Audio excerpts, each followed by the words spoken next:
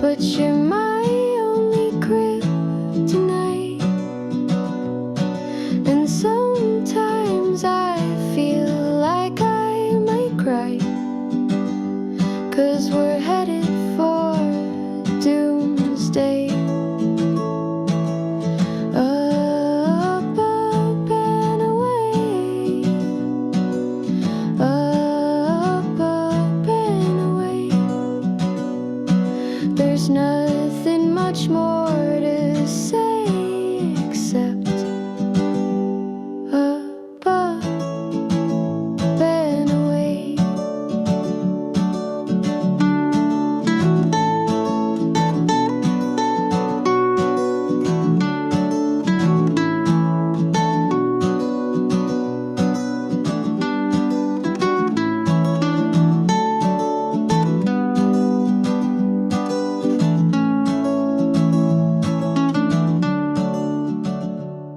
Hello, everybody, and welcome to the best comics of the week / the week in review. I think this is going to be more of a week in review than it will be best comics of the week. But before we get into it, let me remind everybody the rules here. The rules are that I will let you know what books I liked this week, this past week of comics, and I would ask everybody to give me your favorite books this week in comics.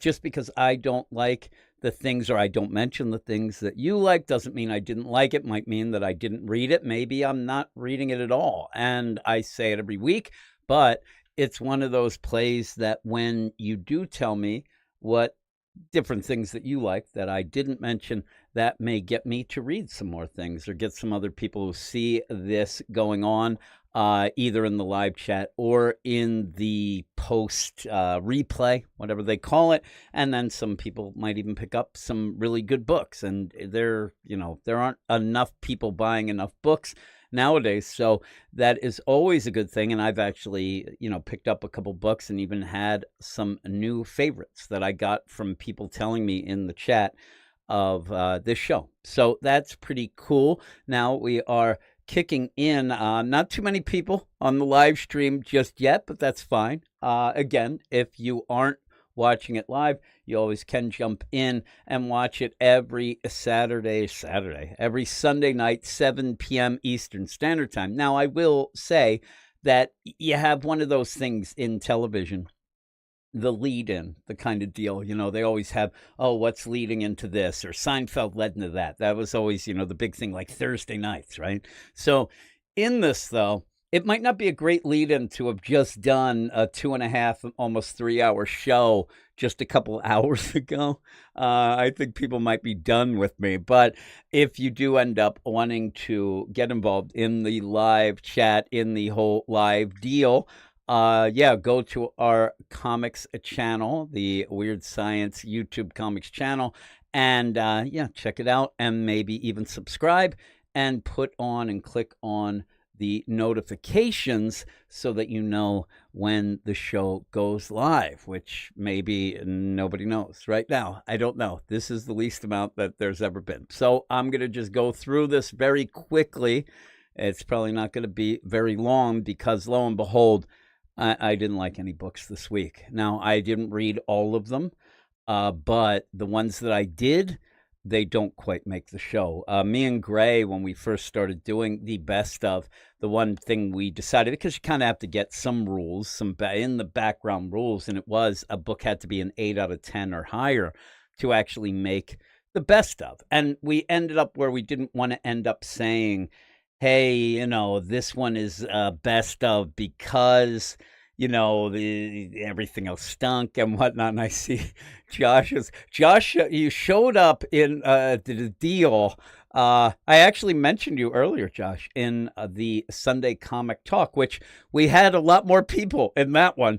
But I did mention you because I said that me and you became friends all because of Ann Nocenti and her awful, awful Catwoman book. And I was talking about how, people reviewing books end up, they were a little more critical back in the day. Even then, though, there were times when I was looked at as very negative. Josh was as well. I don't think he is. I think we were both being very honest, but it was fun back in the day, those Ann Nocenti books I used to love so much. Now I end up reading stuff, and most of the time it ends up getting me angry. Not the laughing that I had with Ann Nocenti, but yeah, no scenting and deal. I mean, New 52, you don't want to give her any sense. She didn't have any. It was crazy. And then that even continued on with the Katana book and a bunch of nonsense. But yeah, Josh just said a little more critical. It is true. I was trying to explain to people, like, I end up seeing some of these reviews, and this ties into this week because I think this week was god awful. One of the worst weeks of comics that I have had in years. And I see tons of tens. And when I look at some of these aggregate scores, like a reviewer will end up having, say, 1,000 reviews, 1,500 reviews, and their average, their aggregate score is a 9.4. Like, how can you review 1,500 books and your average score is a 9.4? So I always like to give them the business when they give something a 9.1, and I say, oh, I guess that was below average. Oh, that's a shame for that book. But yeah, this week is tough. It's tough. I legit, I can finagle some stuff in. That's why I started by saying that I usually don't like to do that. But unfortunately, I did not have a book that scored over an 8 out of 10 this week in all the books that I read. And I have read a bunch of indie stuff as well. It was an annuals week at DC, so that kind of throws a wrench into things. Not a lot of books, but a couple, maybe one that almost made it to an 8 out of 10, but didn't quite. Marvel ended up where you have some books that I know people will say are best of. I didn't think so. The best one of them was the Ultimate Spider-Man. I gave that a 7.5. I'll be honest. I end up with the podcast. I do have to, after this, do our edit our DC podcast. That's Patreon only, and also our Marvel podcast, which isn't. But we ended up reviewing a bunch of books on there, and I just didn't like much that came out. In fact, the guy who I do the Marvel stuff with, Matt, we ended up where we decide, hey, what are we going to do, whatnot? And usually Ultimate Spider-Man, that's the big book. He's like, he didn't like it at all. So he said he didn't want to review it. So I ended up reviewing it with Gray. It was a little more positive. But in the meantime, Matt decides that we should do the Godzilla Spider-Man, which was one of the worst books I've read. And that's the problem with this week. And I hate to be Mr. Negative. I mean, this is the show that it's supposed to be positive. I said at 2 separate times this week, I legit said, this is the worst book I've read in over 10 years. And one was the Godzilla Spider-Man. The other was The Question All Along the Watchtower. Now, there's a little difference between those two books. I think a lot of people probably picked up the Godzilla Spider-Man, but probably not that many, but still would pick that up. Question All Along the Watchtower, there ain't nobody reading that. When I read it, by the end, I think I'm not even reading it. Is what I say. It's that bad. Dungeon Crawler Carl's 100% right. Why wouldn't you want to put things out there for free comic book day? And what ends up happening, and it drives me nuts. I know a lot of people hate annuals, and annuals week is such a bizarre thing at DC. Marvel doesn't give a hoot. They end up like a fifth week. That means more number ones, and they throw them out there. But in the meantime, when you end up having an annuals week, sometimes they are smart enough to get a book that might not be doing great, but has some quality to it. I'm talking stuff like Batman and Robin, Green Arrow, things like that. Maybe even if you have to delay it a week to get there or up it a deal, you get a lot more traction because there's not a lot of books out. And you could even throw, some wacky stuff. And Naysayer says, what's up? What's up isn't my enthusiasm for this week's books. Though I did end up reading at least the one all-in special 2025 free comic book day book that had the Dan Slott story. And in fact, if you heard the song at the beginning, that was actually the song the girl was singing in that issue when Superman came down and said, you sound pretty cool.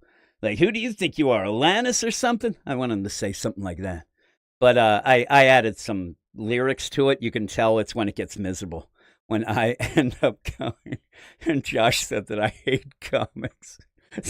Sometimes I do. I don't know. It says, I think that's why they went ahead and released so many titles for a fifth Wednesday. Shame they weren't actually good. I'm telling you, Marvel just went. They're weird. But yeah, and there you go. Josh is going back to cooking. In fact, right now I am cooking a slow cooker pork roast is what I'm doing in the room that I'm recording too, the recording studio. So it's very, very hot in here and smells a lot like pork. So, like a date back in the 90s is what it sounds like. It smells like. Sounds like. It might sound like it too, a little percolating going on and whatnot. But Dungeon Carla can't even make it through question on the app. That series is seriously, and now this is basically what we're going to get a week in review this week. Again, I can say that some of the books that I might end up talking about, I'll talk about some really bad ones, but I will tell you that some of the books that probably most people will end up putting on the best of, and I guess we'll finagle things a little, would be Ultimate Spider-Man. We'll talk about that in a little bit. And maybe, just maybe, the Batman, the Last Halloween, the Long Halloween, the Last Halloween. I could try to finagle that on. It got very, very close. And Red Hulk at Marvel might be my deal. I know that some people may even say something like Rockefellers. That is, Ghost Machine book. I liked it, but not enough. We'll talk about that in a minute. But back to the question. The real question. I actually have a song for that, too. I played it at the end of our 2.5, 3 hour Sunday show that started late. I end up, it's a Sunday show, and a Sunday morning show, and it ended up at 4 in the afternoon. Things go too long. But in the meantime, the question, that series should actually maybe put it in the Smithsonian, but the idea of it, they should get that series and have it there. And I know that Josh was telling me when he ended up getting on Batman News, they ended up having a couple things. They were required reading. You had to read them. This one book was how to, look at comics and review and whatnot, but also some of the big things for every character want to get you up to speed. It was funny when he said that because I ended up starting our site. I didn't have any sort of people above me or anything, maybe below me, but that's for another podcast.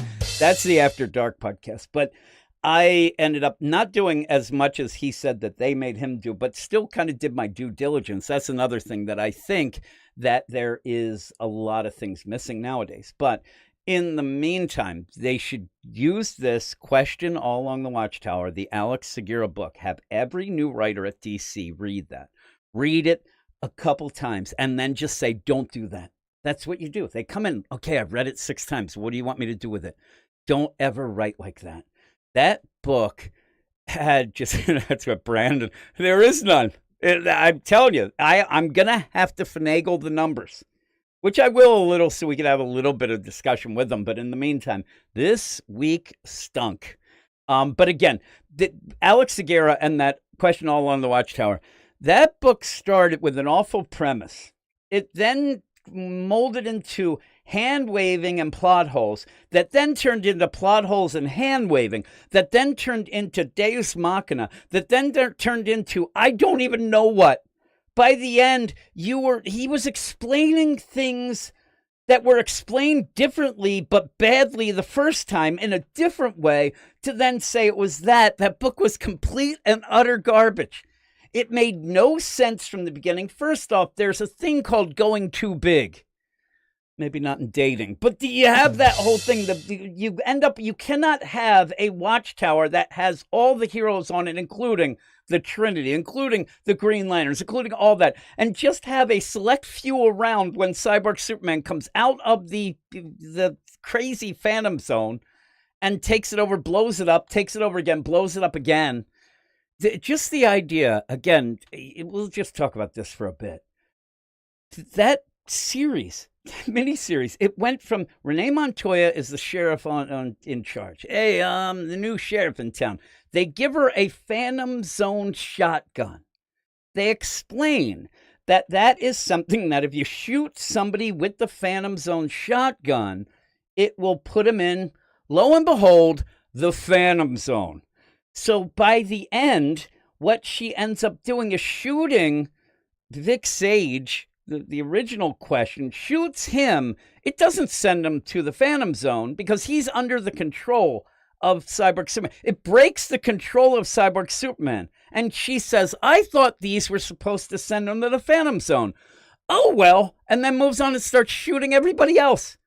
Also in this, you have Cyborg Superman come out of the Phantom Zone, which is already troubles because of all the things, even Mark Waid doing stuff with that in the Superman All-Stars deal. So you end up or Superstars, the deal that they were doing in the Detective Action Comics. I'm getting so angry. So you have Cyborg Superman. He comes out of the Phantom Zone. He starts controlling, some machines. All right, Cyborg Superman. Then he starts controlling people, mind controlling them. And he says, oh, I must have gotten that power from the Phantom Zone. All right, that made no sense. Then you end up, there was a murder mystery that never was. Then you end up where at one point, as Jaime Reyes, Blue Beetle, is going under the control of Cyborg Superman, he ends up kind of passing a note to Renee Montoya that makes her then go to sickbay, where there is a doomsday kind of dog, like a doom dog, that was from the Phantom Zone that has Phantom Zone sickness, and Jaime somehow has put the solution to all the problems on its neck. Ay, it is so bad. And that's half of it. I'm telling you, that book was so bad. But then we go over, let's do the worst stuff to start with. We'll go over to Marvel then and talk a little bit about Godzilla and Spider-Man. And here's the problem I had, and I say it in our review on the podcast. I say, this book stinks. It's so bad. It's awful. And then I said, you know what? I know that some people are going to say to me, come on, Jim, it's just for fun. Problem is, I didn't have any fun. If there was some fun to it, I could overlook a lot. That book was so not fun that it was funny to laugh at. It was so bad. Nick Lowe is the biggest set of balls in all of comics. I'm telling you, this guy thinks that he is so lovable, so well loved, so just admired, that he can insert himself in this issue with Joe Kelly, which once again just makes you think, what is Joe Kelly writing? This book stunk. And so you end up where there's editor note after editor's note responding to editor's note. And each time you have Nick, like little nicknames. Nick, I didn't know this, Low.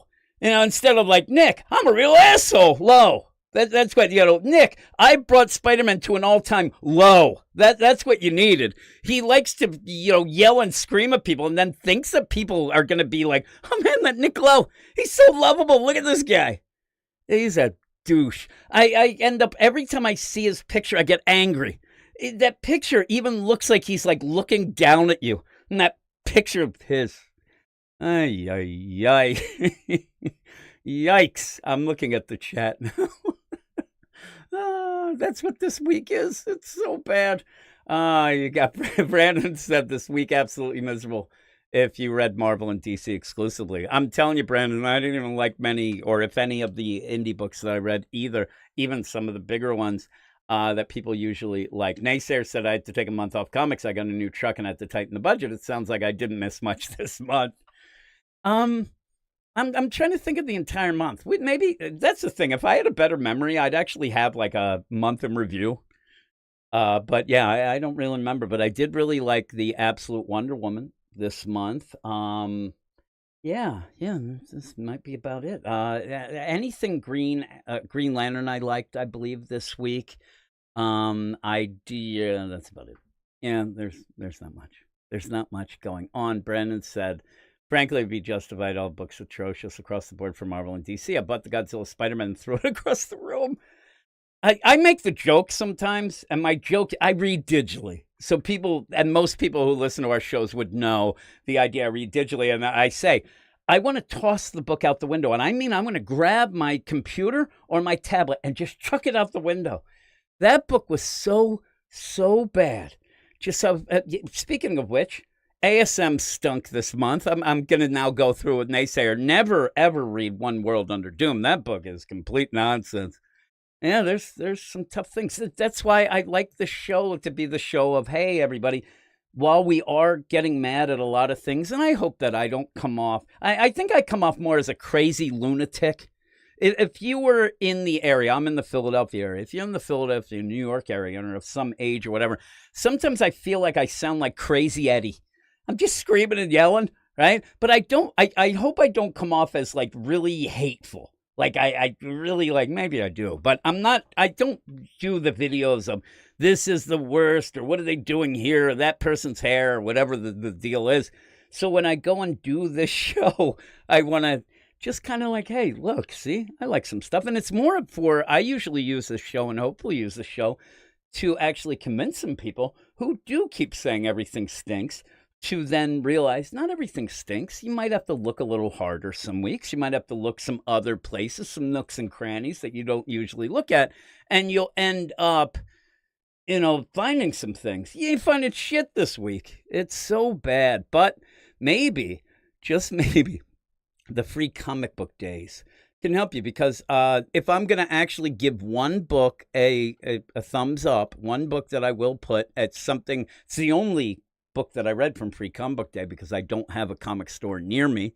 I did try to look around. I didn't look really that hard, but I was wondering, I'm going to look right now. Somebody might know, but I want to see if the DC app ends up having the Free Comic Book Day stuff, because that would be a pretty cool idea, right? If they did that. And then I should have looked earlier and maybe read some of these. What was that? The Superman's Gang of Misfits? Wasn't that like the all ages one? Sounded pretty cool, right? I'm looking now. I see ultra latest releases. No. Isn't it, please? Is there some like free comic? Wouldn't that be great if they had the Free Comic Book Day stuff? Yeah, nope, they do not. So I'm more angry. The Free Comic Book Day All-In Special, the 2025, the one with Dan Slott having the story, and then also did a little Jeff Lemire, looking forward to the Absolute stuff. I really liked. I thought that was good. I actually thought that the Dan Slott story was really good. It did remind me, I do talk about it on our podcast, and just to let everybody know, our podcast this week, because of the Annuals Week, every time there's an Annuals Week, our DC Comics podcast goes Patreon only for that week. And usually it's no fuss, no muss. You get weeks like this. But me and Gray at the last second, he's from Japan. So he actually got some of the Free Comic Book Day stuff before it was out here, and we were able to review that. And I did like it. But I thought in the deal is, it did feel like what Bendis was trying to do at the beginning of his Man of Steel. Remember when he first came over to DC, he had because he had to be John Byrne, he ends up doing that Man of Steel. Then he commandeers and steals the Superman and Action Comics from Tomasi and Jurgens. But it felt like that. It felt a lot like, hey, and it is, I do think it's the first 10 pages of the book that Dan Slott has coming out. And I always got, it's Superman Unlimited, I think. But in that, you end up where it feels a lot like Dan Slott is like, hey, look, I kind of get Superman. Hey, look, there's Superman doing some Superman things, but I thought it was pretty good. And then the stuff with the Absolute stuff that Jeff Lemire did, I'll tell you right now, I hate the idea that the Absolute Universe is going to combine in with the regular, even have anybody know this soon. I want it to percolate. I think that there's a lot to go before we would get to that. Usually what happens is you get to that point when things are starting to fail, and that shit's hot. You don't need to do it now. So with all of that, though, that Absolute deal I thought was pretty neat. One of the things that was pretty crazy, if you read it, at the end, you do have in the one corner, you have Flash. You have Wally West Flash, and it does look like that Grodd that we saw last issue was like on his shoulder, like his little pet. Thought that was pretty crazy. I thought that was neat. I think it looked like him. Yeah, Naysayer says, I don't have the money to keep up with Marvel's Doom event. You're lucky. Whew. Yeah, actually, I could, if I told you right now exactly what the first issue was, and then in your mind just go the reverse of that the next issue, then go back to it, reverse back, and just have every hero in the Marvel Universe act like a complete and utter idiot. You're caught up. Though I will say, Naysayer, I don't know what you're reading overall, but at Marvel, some, at least the Red Hulk, I think is a pretty good tie-in that doesn't really tie in. You can get away with just reading that, and I thought it was pretty cool. And Brandon said, and then we got Kid Juggernaut. It's worse than the Fartacular. I get the review copies from Marvel. So I ended up where I checked that out. I'm like, Kid Juggernaut, what the hell is that? And I open it up, and I don't want to sound like a hater or anything like that, but I'm looking at it, I'm like, it just reminded me so much of the beginning of Amadeus Cho, Totally Awesome Hulk. In fact, my joke was I was waiting for Jeremy Lin to show up. Linsanity was going to show up because if you ever read the Totally Awesome Hulk, which I did, and I didn't mind the character at points, but at one point it seemed like for 3 straight months, Jeremy Lin showed up to play basketball with Amadeus. It was kind of weird. But I had Linsanity back in the day. Who didn't? Yeah, and then Brendan says, I was screaming he works at a bakery and is 9 foot tall. You know, he's at the bakery. Maybe making cream pies. I don't know. There might be a song there. And I got the Mark Spears free comic book monsters I ordered online from Keenspot. And that I don't know anything about that. You can tell us if it's good or whatnot. Doom's Event, ironically, is doomed for sales. It's doomed for everything. It's doomed for my sanity. And I said it before, and I'm not a total political guy. And in fact, I think that whatever anybody's politics, they're always their own business to me. And in the meantime, if I found out that Dungeon Crawler Carl was part of the, I was just going to make up a party, but then I was going to say something and it sounded really awful in my head. Say he's part of the Dungeon Crawler Party. And they go against the Dungeon Crawler Party. They like dungeons. I'm the anti-Dungeon Party. That doesn't mean that I have anything against Dungeon Crawler Carl. I can separate that stuff. It seems harder and harder nowadays or whatnot. But in that Doom deal, it's like Ryan North, who's Canadian, is just screwing with people. It feels a lot like he's like, okay, this part I'm going to make it seem like this guy. And you can figure out who I'm talking about. And again, this is going to be the president. And then the next thing is like, now I'm going to reverse it because people are going to get online and yell about it. So I'm going to do the reverse to make them look like assholes. And then he does that. Then he does other things. But every single issue has one thing in common. The heroes are ridiculously stupid. The heroes are ridiculously moronic. They end up doing shit and I'm telling you, if Naysayer, you haven't read it at all, just get this one. You end up where Doom has taken over the world. They're not sure if it's on the up and up, but as far as the world's concerned, Doom is the leader. You don't really see a lot, like one of the things, you don't see a ton of protest about it. You just end up seeing some people saying, hey, down with the vampires. I like the vampires, like that sort of thing. But there isn't massive protests saying Doom out the door, whatever. And so with that, the Fantastic Four, which does include a pretty smart guy, Reed Richards, they're flying to the UN. Doom is making a speech at the UN. They're flying at the UN. On the way, you end up having Reed say to Ben and everybody else, hey, Doom's making these Doom schools. He's making everybody to go to these Doom schools. So that's set up. Oh, my God, it's indoctrination. You have all that. Ben says, there's no way I'm going to be doing this nonsense with these schools. And then Reed says, oh, no. They're on the up and up. These schools are awesome. I looked into them. And then they end up destroying Doombots and busting in the wall like the Kool-Aid Man into the UN to fight Doom. It's not a good look. Ay. It's so bad. It's so bad. Yeah. And Dungeon Crawler Carl said they have tunnel vision.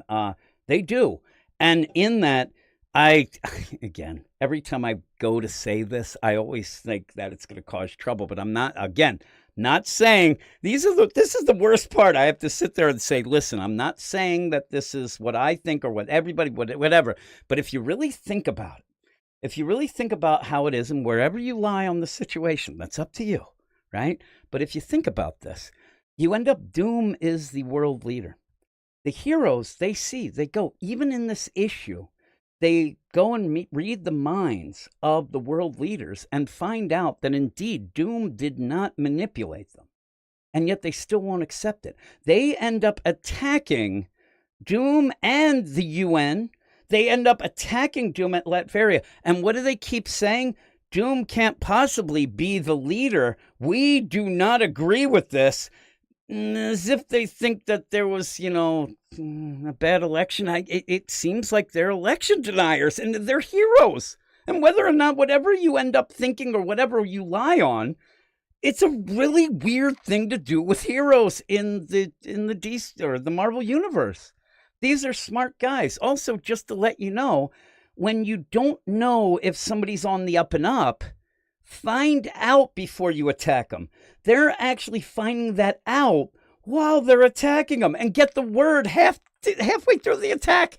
Hey, he's on the up and up. There's nothing like this. Like, oh my God. And they're already attacking them. They look so bad. And usually I say in these stories, I don't know if this ended up this, but in these stories, I'm frustrated by this is why it is. But in these stories, usually what you get is that Doom manipulates things to make the heroes look bad. So he ends up sending Doombots. I've seen this a couple times. Doombots attack. They take down the Doombots. Lo and behold, they're not Doombots. There's people in them. They didn't realize. Oh my God, Doom duped us. Doom's sitting there laughing, saying, I didn't even have to do anything. Like these guys and gals are just doing it themselves. And yeah, he says, and Brandon says, we all know this is going to end with the world rejecting how perfect the world is under Doom and the message on free will. I think that it's more of the idea, and I think that what this is, Ryan North, Canadian, those stinking Canadians. I like Canada. But you end up, I think that what he's going to do is say that even when something could be perfect, the people involved, and I'm talking normal people and the political parties, kind of using that thing, they'll never agree. If you're against somebody, even if they do the best thing, you're going to think it's bull crap, and vice versa. I think that his whole play is that. His whole play is that we can't have good things. People always have division. People are always going to be against somebody else. And when it comes to the fact that even though something's going on that everybody should agree with, it should be easy to agree with, that the whole world would benefit, people can't get out of their way to say, okay, this one time, you're right. Let's get together and have a good time. That's what I think it is. I think that's the deal. Yeah, Don Cherry. Don Cherry, you stupid suits, yelling about the European players. How dare you? How dare you not like Jaromir Jagr, you son of a gun. Don Cherry ended up going way too far, though, with some things. And I thought he went way too far before, but times changed. Don Cherry did not. So, Don Cornelius, he didn't have to change. He was pretty cool. But back to the best of. There wasn't many best ofs. And I did see that Samuel Trejo says Hellhunters is a fun Marvel book. But other than that, I didn't like this last issue. It's another book that I liked. And I said in my review, I actually yelling at Wes when me and him talked about it. I yelled about it a lot this week. But Hellhunters, I think, was a solid trade. I think that if you are interested, I think that trade is probably well worth it. I think that it's a pretty good one. I thought that at the end, you get, now this was a mini series, right? It seems like it could continue. I don't know. At the end, it looked like as you ended up having what looked like, what's his name? Romero, the Ghost Rider, come back out and he looks off into the sunset. It did kind of look like, kind of a Japanese thing. We're in World War II, and maybe it'll continue that way. But I think that what happens with Philip Kennedy Johnson a lot, even it seems when he knows he only has a limited bunch of issues, he adds extra things that might seem cool to him at one point, but it takes up some space. So then at the end, it felt rushed. That whole deal of leading up to that battle and the big battle and stuff like that, I thought it could have played out better. A lot of the things and concepts were beyond. I don't know why you get beyond, hey, look at this cool-ass Hellhunters, team. Pretty cool. We got a Ghost Rider. We have a Sorcerer Supreme or a Soldier Supreme. We have Peggy. We have Nick Fury. Nick Fury did nothing the whole time. And then you get crazed out Bucky Barnes. And instead, you're really concerned with, like, that Russian witch and Bruckner. And at the end, I thought that stuff kind of could have been left aside. I actually thought, too, it went a bit big. And I would like to ask Samuel, at the point where you get the flaming cap shield going and you have off-panel a word bubble that says, like, that's what Nazis always sound like. I really thought, because Cap wasn't in it because they said they needed him other places. There was bigger things going on. They didn't quite believe the threat of this whole thing. I thought Cap had shown up for the finale. and it ended up being Peggy who threw it. And Bucky's like, nice throw. I'm like, oh, I thought Cap came in for that last battle. I thought it'd be pretty cool. And the set pieces were neat and everything with it, but I just didn't. I ended up, again, this is supposed to be 8 out of 10 and higher, and I believe I gave it a 7. But it was one of the better books. So if we're going to finagle things, we just talked about it. So what the hey? But we'll start with DC. I'll go through these things real quick of what I thought was kind of maybe close, but not quite best of. The one at DC that I liked was Batman The Long Halloween, the last Halloween, number 7. Again, I'll be big. My score was a 7.5, so it kind of got close. And in this, I even talked on the aficionados this week, if you watched there, and me and Dylan suddenly we're agreeing on a lot of things. But we both thought that the last Halloween is more of a Batman Robin story. Well, it's a Batman Robin story, but that's the best part. The stuff with the holiday killer, that just seems so in the background and inconsequential. The whole book itself is really a tribute, an homage to Tim Sale. You get a bunch of artists, which is a gimmick, but I kind of like it. And Dave Johnson on this issue, I thought did a great job. And the moments, because it was Mother's Day with the whole holiday stuff, and Batman goes to the grave of his mom. We've seen this a million times, but I thought it really played out well. I thought it was one of the better times that you had that, where you have a young Dick Grayson who Batman is having trouble keeping in check, and he's getting hurt. His arm's in a sling in this. Batman's beating the crap out of him. Alfred has to stop it. I mean, they were training, but it's really over the top. But when you end up having Batman go to his mom's grave, he said, listen, I don't know how you did it. Like, you really had a lot of patience with me. You gave me so much love, and everything I do is because of that. How can I do that with this kid? And he says, and I think that the best part of it is, it wasn't that you ended up having Bruce say, I'm going to do what you did, Mommy. I'm going to end up going and doing whatever. What he said was, I'll never be able to do that for him. You were so good to me, and it kills me, but I'm not that person. I can't do that for him.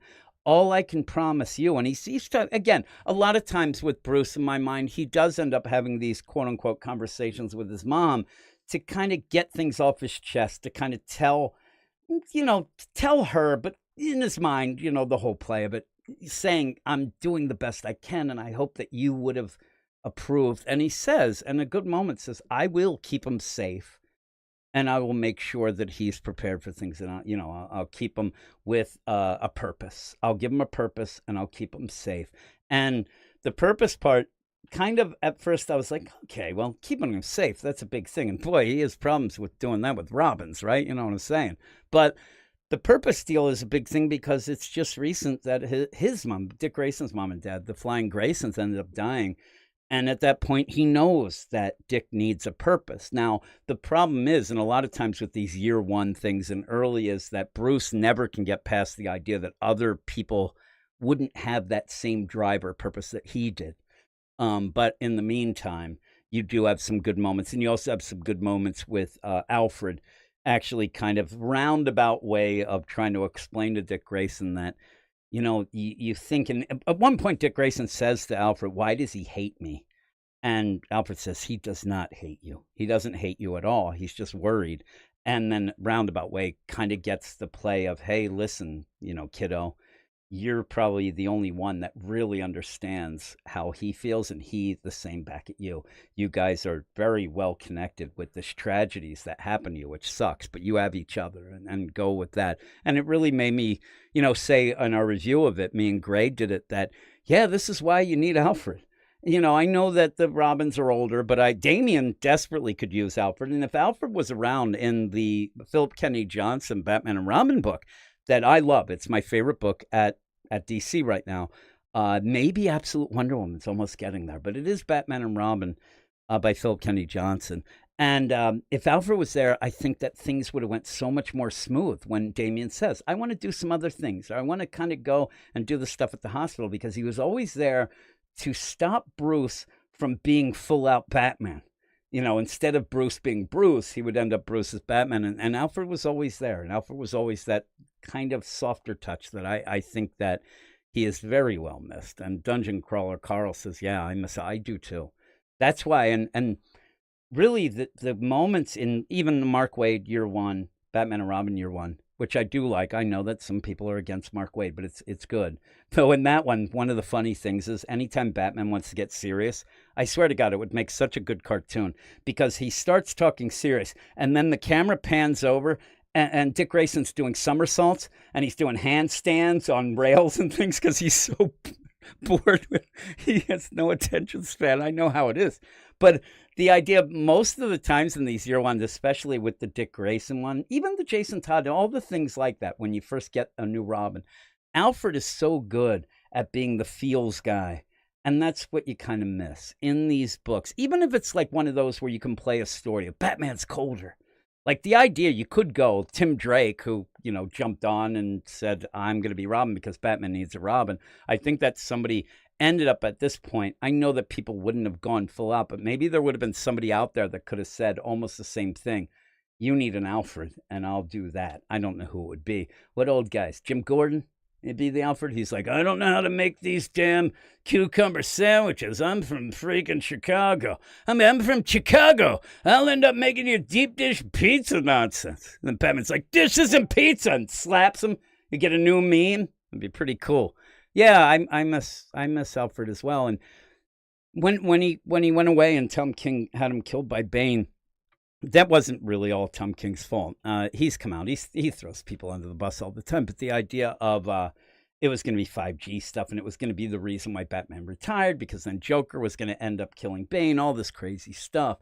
But at the moment, it's a weird play, because I'd like to know if anybody thinks that they really took advantage of showing you what a Batman without Alfred is. I mean, there's times when Batman will just kind of, man, Alfred, I didn't know how you did it. Oh, man, Alfred this or whatever. But it was never where instead of having that nonsense Gotham War or having Zur-En-Arrh or all that bullshit, it should have been Batman just very dark because there wasn't the guy there to, tell him everything's great. One of the things that Alfred does great, he's like Flava Flav. He's a hype man. Anytime that Bruce would, again, how Bruce would talk to his mom, he would sometimes go to Alfred and say, I don't think I'm doing things right, only to get Alfred to tell him. He knew, you know what I mean? It's not like he really cared. It was him needing to hear it back to him, and Alfred was always there. Alfred went through a lot of bullcrap, right? Alfred did take a lot of shit. That's why it was funny when he was a millionaire later. Tom King, the killer of editorial jobs. Tom King, the killer of joy. I said there's a couple phrases that I've come out in the years, and one was that you can like Tom King until he writes your favorite character. That's one of them. Then you realize that he's hooey. The other one was not a phrase, but I actually legit have met more people who have told me that they quit reading DC Comics from Heroes in Crisis than any other book I've been told that started people reading it. That was the killer of Rebirth. And you have Naysayer says, I started reading comics again at All In. I had no clue Alfred was dead. It was such a shock. Yeah, it's crazy.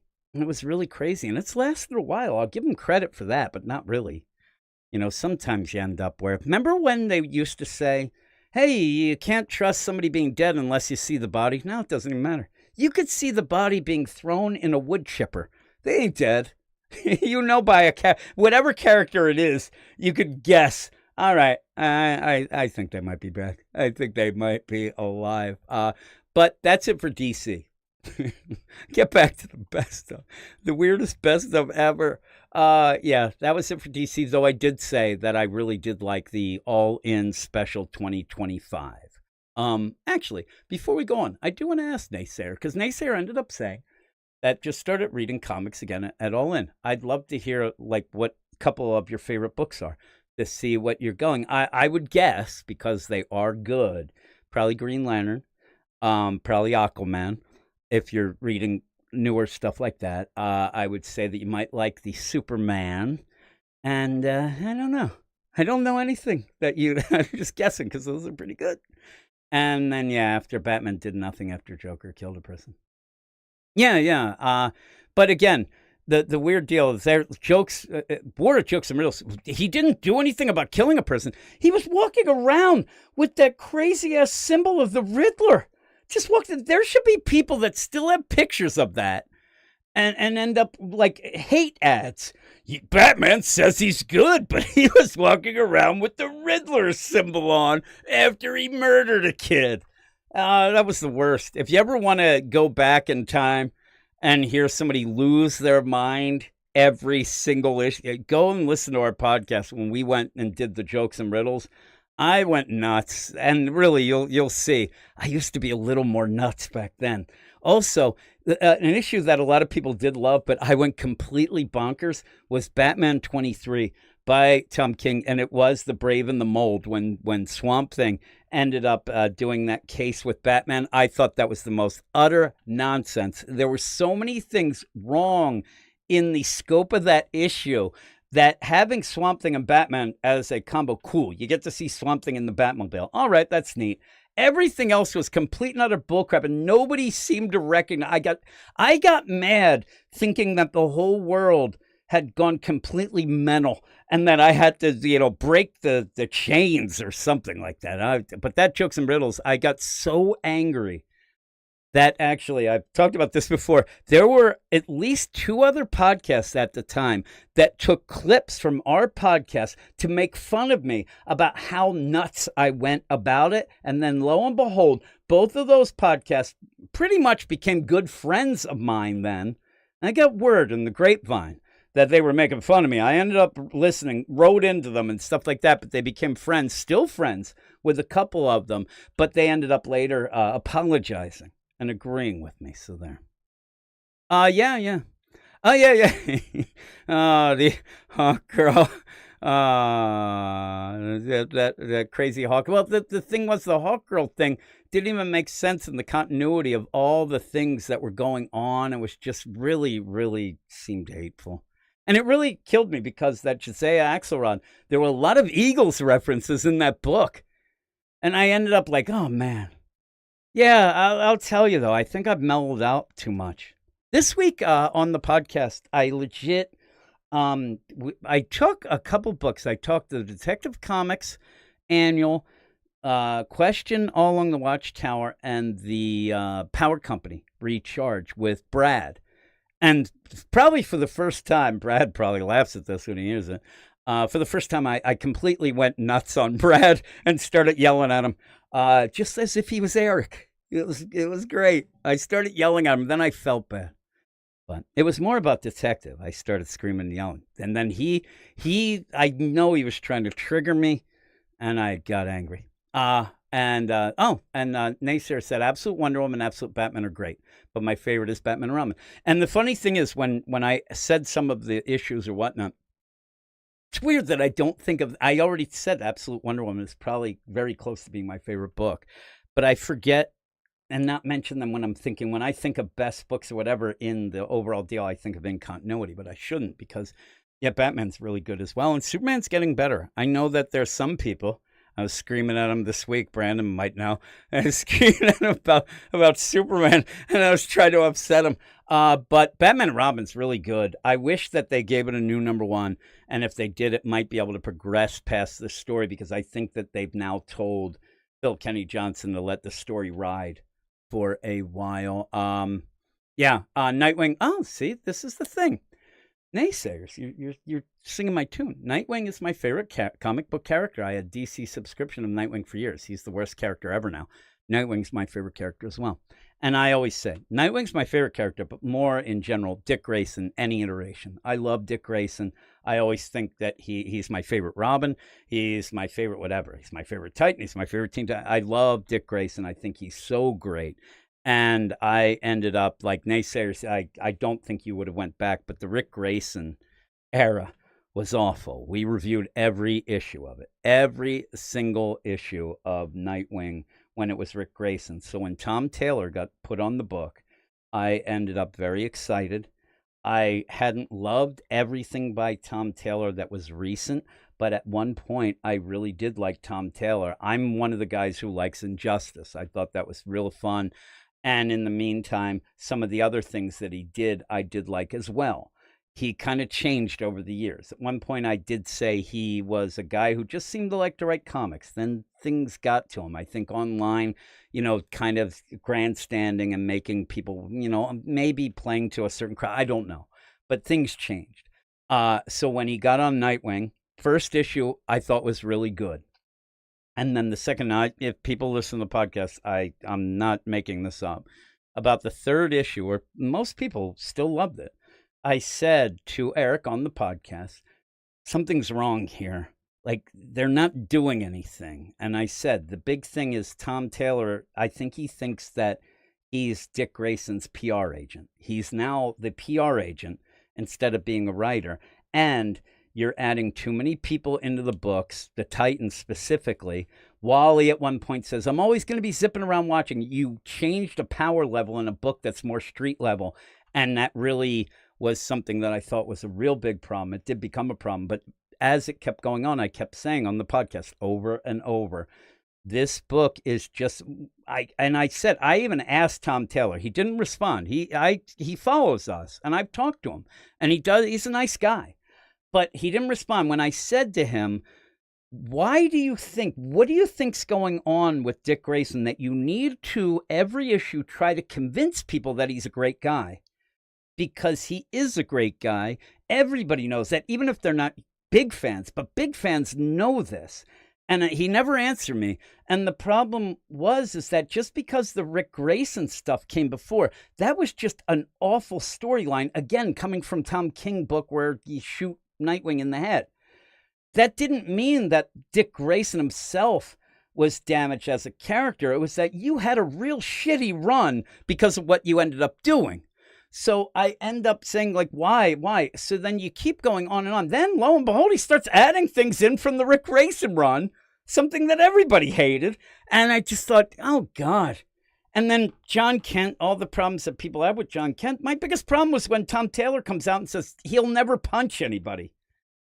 Like, really? Like, what is this? What's going on? And yet I still say that if you were somebody who was new to comics and didn't know much about anything and wanted a book that you could be like, oh man, that was nice. That wasn't dark. That was nice. Then Nightwing kind of did it, but it was empty calories is how I explained it.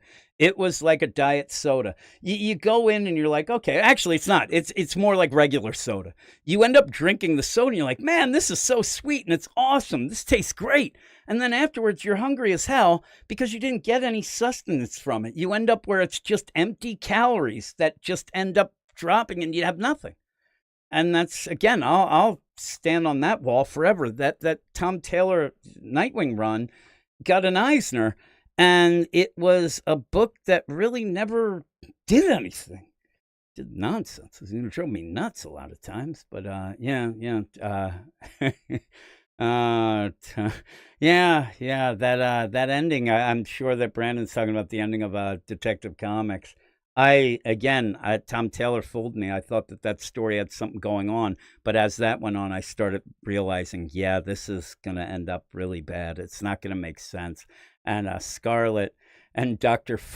Forster was a total mess. Tom just had no idea. A lot of these is one, it's weird. A lot of the writers at DC right now, like a Tom Taylor, even a Joshua Williamson, who people like, and I like, but a lot of them really start off strong in stories and then seem like they had no idea what to do by the end and things fall flat. Again, just to go back, I kind of felt like at Marvel with Hellhunters that way. You got to a point where it might have needed another issue to kind of, hammer some things out. But we'll look at the other Marvel things because we're still doing best of, by the way. I would put the what's it called? I'm looking at this now. Red Hulk #3. I'm going to put it on. I thought it was a bit of a downer from the first two. I really liked the first two. You had a prison break. You end up having some really cool things with Deathlock. You have Machine Man. But at this point, Wes ends up reading this issue, and it's an issue where you don't have Red Hulk because Ross is depowered. He's trying to find his way, and they're going to go off to get gammed up at this power plant in Latveria.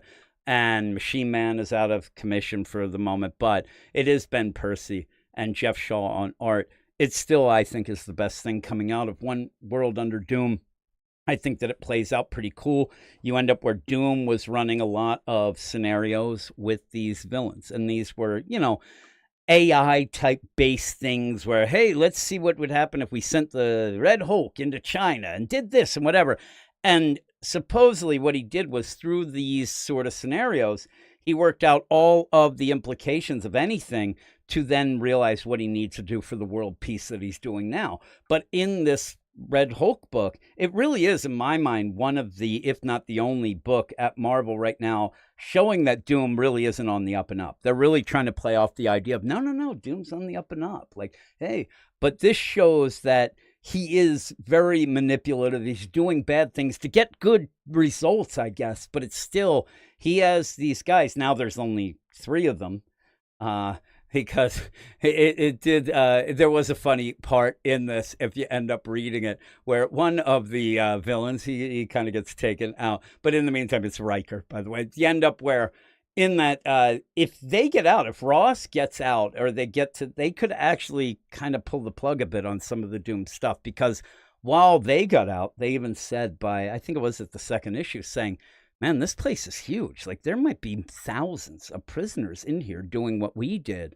And that could end up being something that could put a wrench in the works for Doom. And it may, I don't know, but these tie-ins haven't really meant much. They don't seem like they're even involved. Joe Casey ended up saying in multiple places that he wasn't even told that his book was part of this event. It's a shame. That's a shame.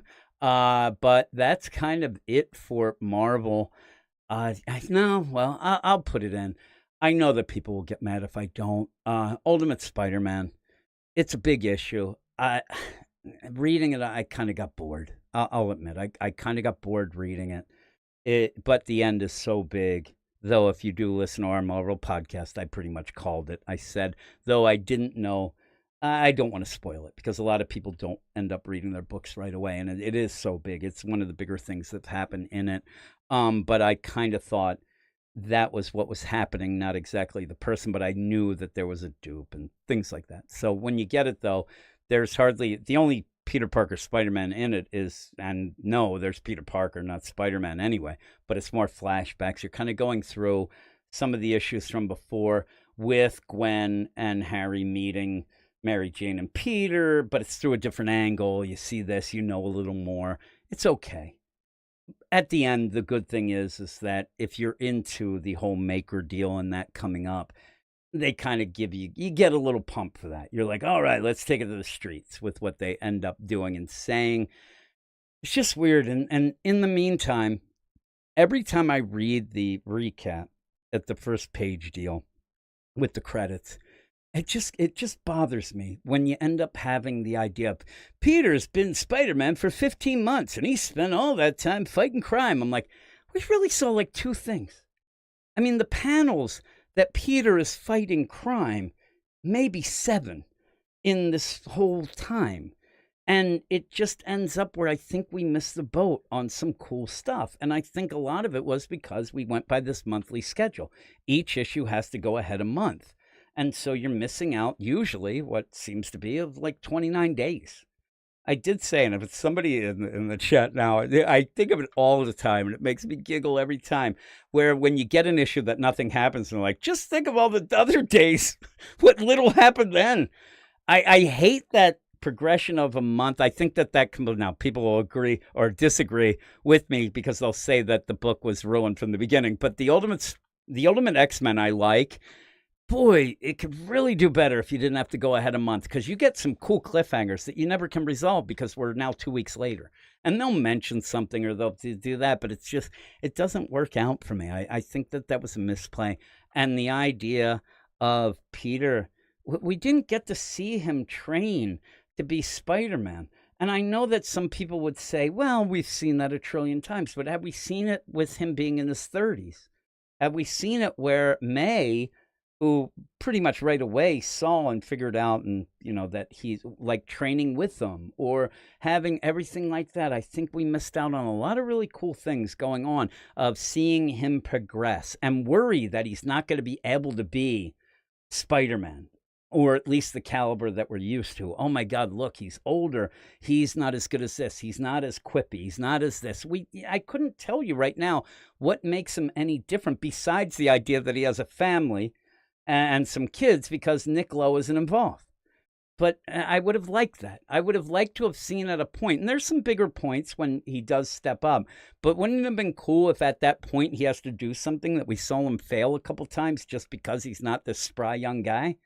And think, oh my God, the tension of, is he going to be able to do this? Oh my God, Harry is doing that. Even when you go and face against Craven in the past couple issues, at one point, all of a sudden, he's just like crazed out, like superhero that can do anything. I'm like, we never saw that. It would have been cool to have that be the idea of, oh my God, he finally got it. He finally did it. Oh my God. Even with where you have in that book where Doc Ock kept kind of pushing, hey, I want you to do this suit. And really, what almost screwed Peter was the idea that he wouldn't give Doc Ock his phone number and his family was in danger then. But even when you have that, like, wouldn't it have been cool to wear Doc Ock off, hey, we should do this tech. You're not really good at this. He's like, no, I won't do that. And then finally he's able to do some stuff. I think that we just kind of missed out on a bunch of things. But I'm looking at the chat right now about that. There's Doom killed Amadeus Hulk as part of the series. Then says, no, it's not a Spider-Man comic. He's in 5 panels. 5 panels. Even then, he's not Spider-Man. And it's recap. It's flashback that we saw before. Dungeon Crawler Carl says, and now they're already bringing in Miles. They said 11 months of Spider-Man. When? I know. I swear to God, this one they said 15 or something. I was like, what are you talking about? And yeah, this week was not great. So this is, Brandon said, my blood pressure is through the roof reliving this week.